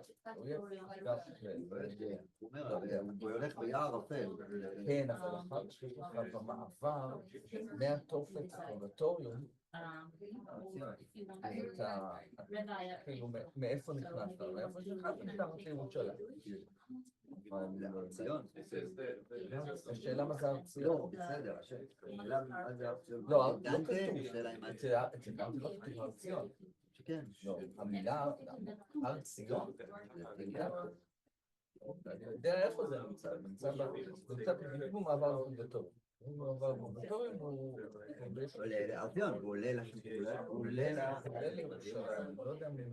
עולה לשמיים. לא, מייל, יש את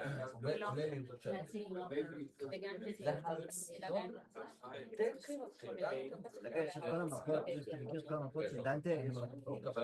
המפות לא צוירו על ידי דנטה. הוא לא הסתובב. יש לי רושם מאוד חזק שאני מסתובב באזורים שם. אוקיי. ואני רואה את הסצנות של דנטה, ואני חושב שיש לי הסצנות של דנטה כי אתה למה יש הסצנות של דנטה ולא במסע הלילה? Tobito is a great play. I think the most important thing is first understanding the ontology, and Tobito lets you also choose between what you want to put as a comment, as a free text, the way we use text all the time, or what you could put as a tab, and then tab in order to categorize the phenomena that you want to collect, that you formalize and collect, and then you can count it, you can show, you can extract it to other tools,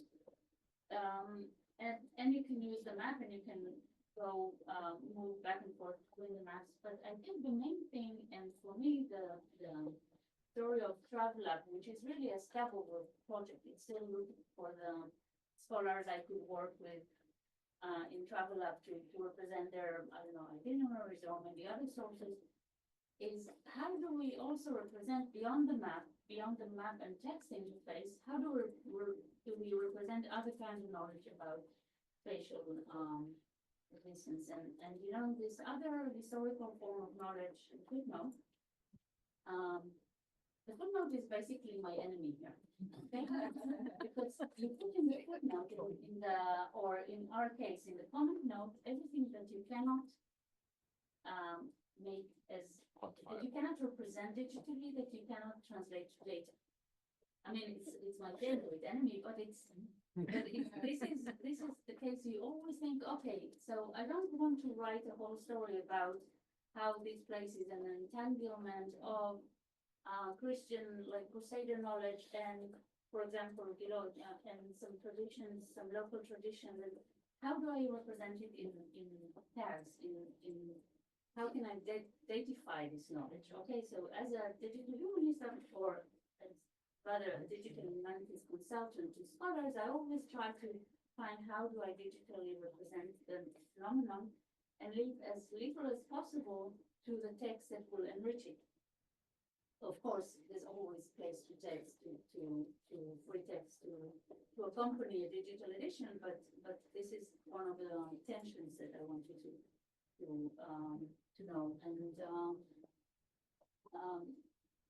what else? I think, of course, I didn't, but we'll have more time to play, and then I would have asked you like what kind of ontologies you would create, but I think we need to go to lunch and think about it and talk to me later. Yeah. Thank you.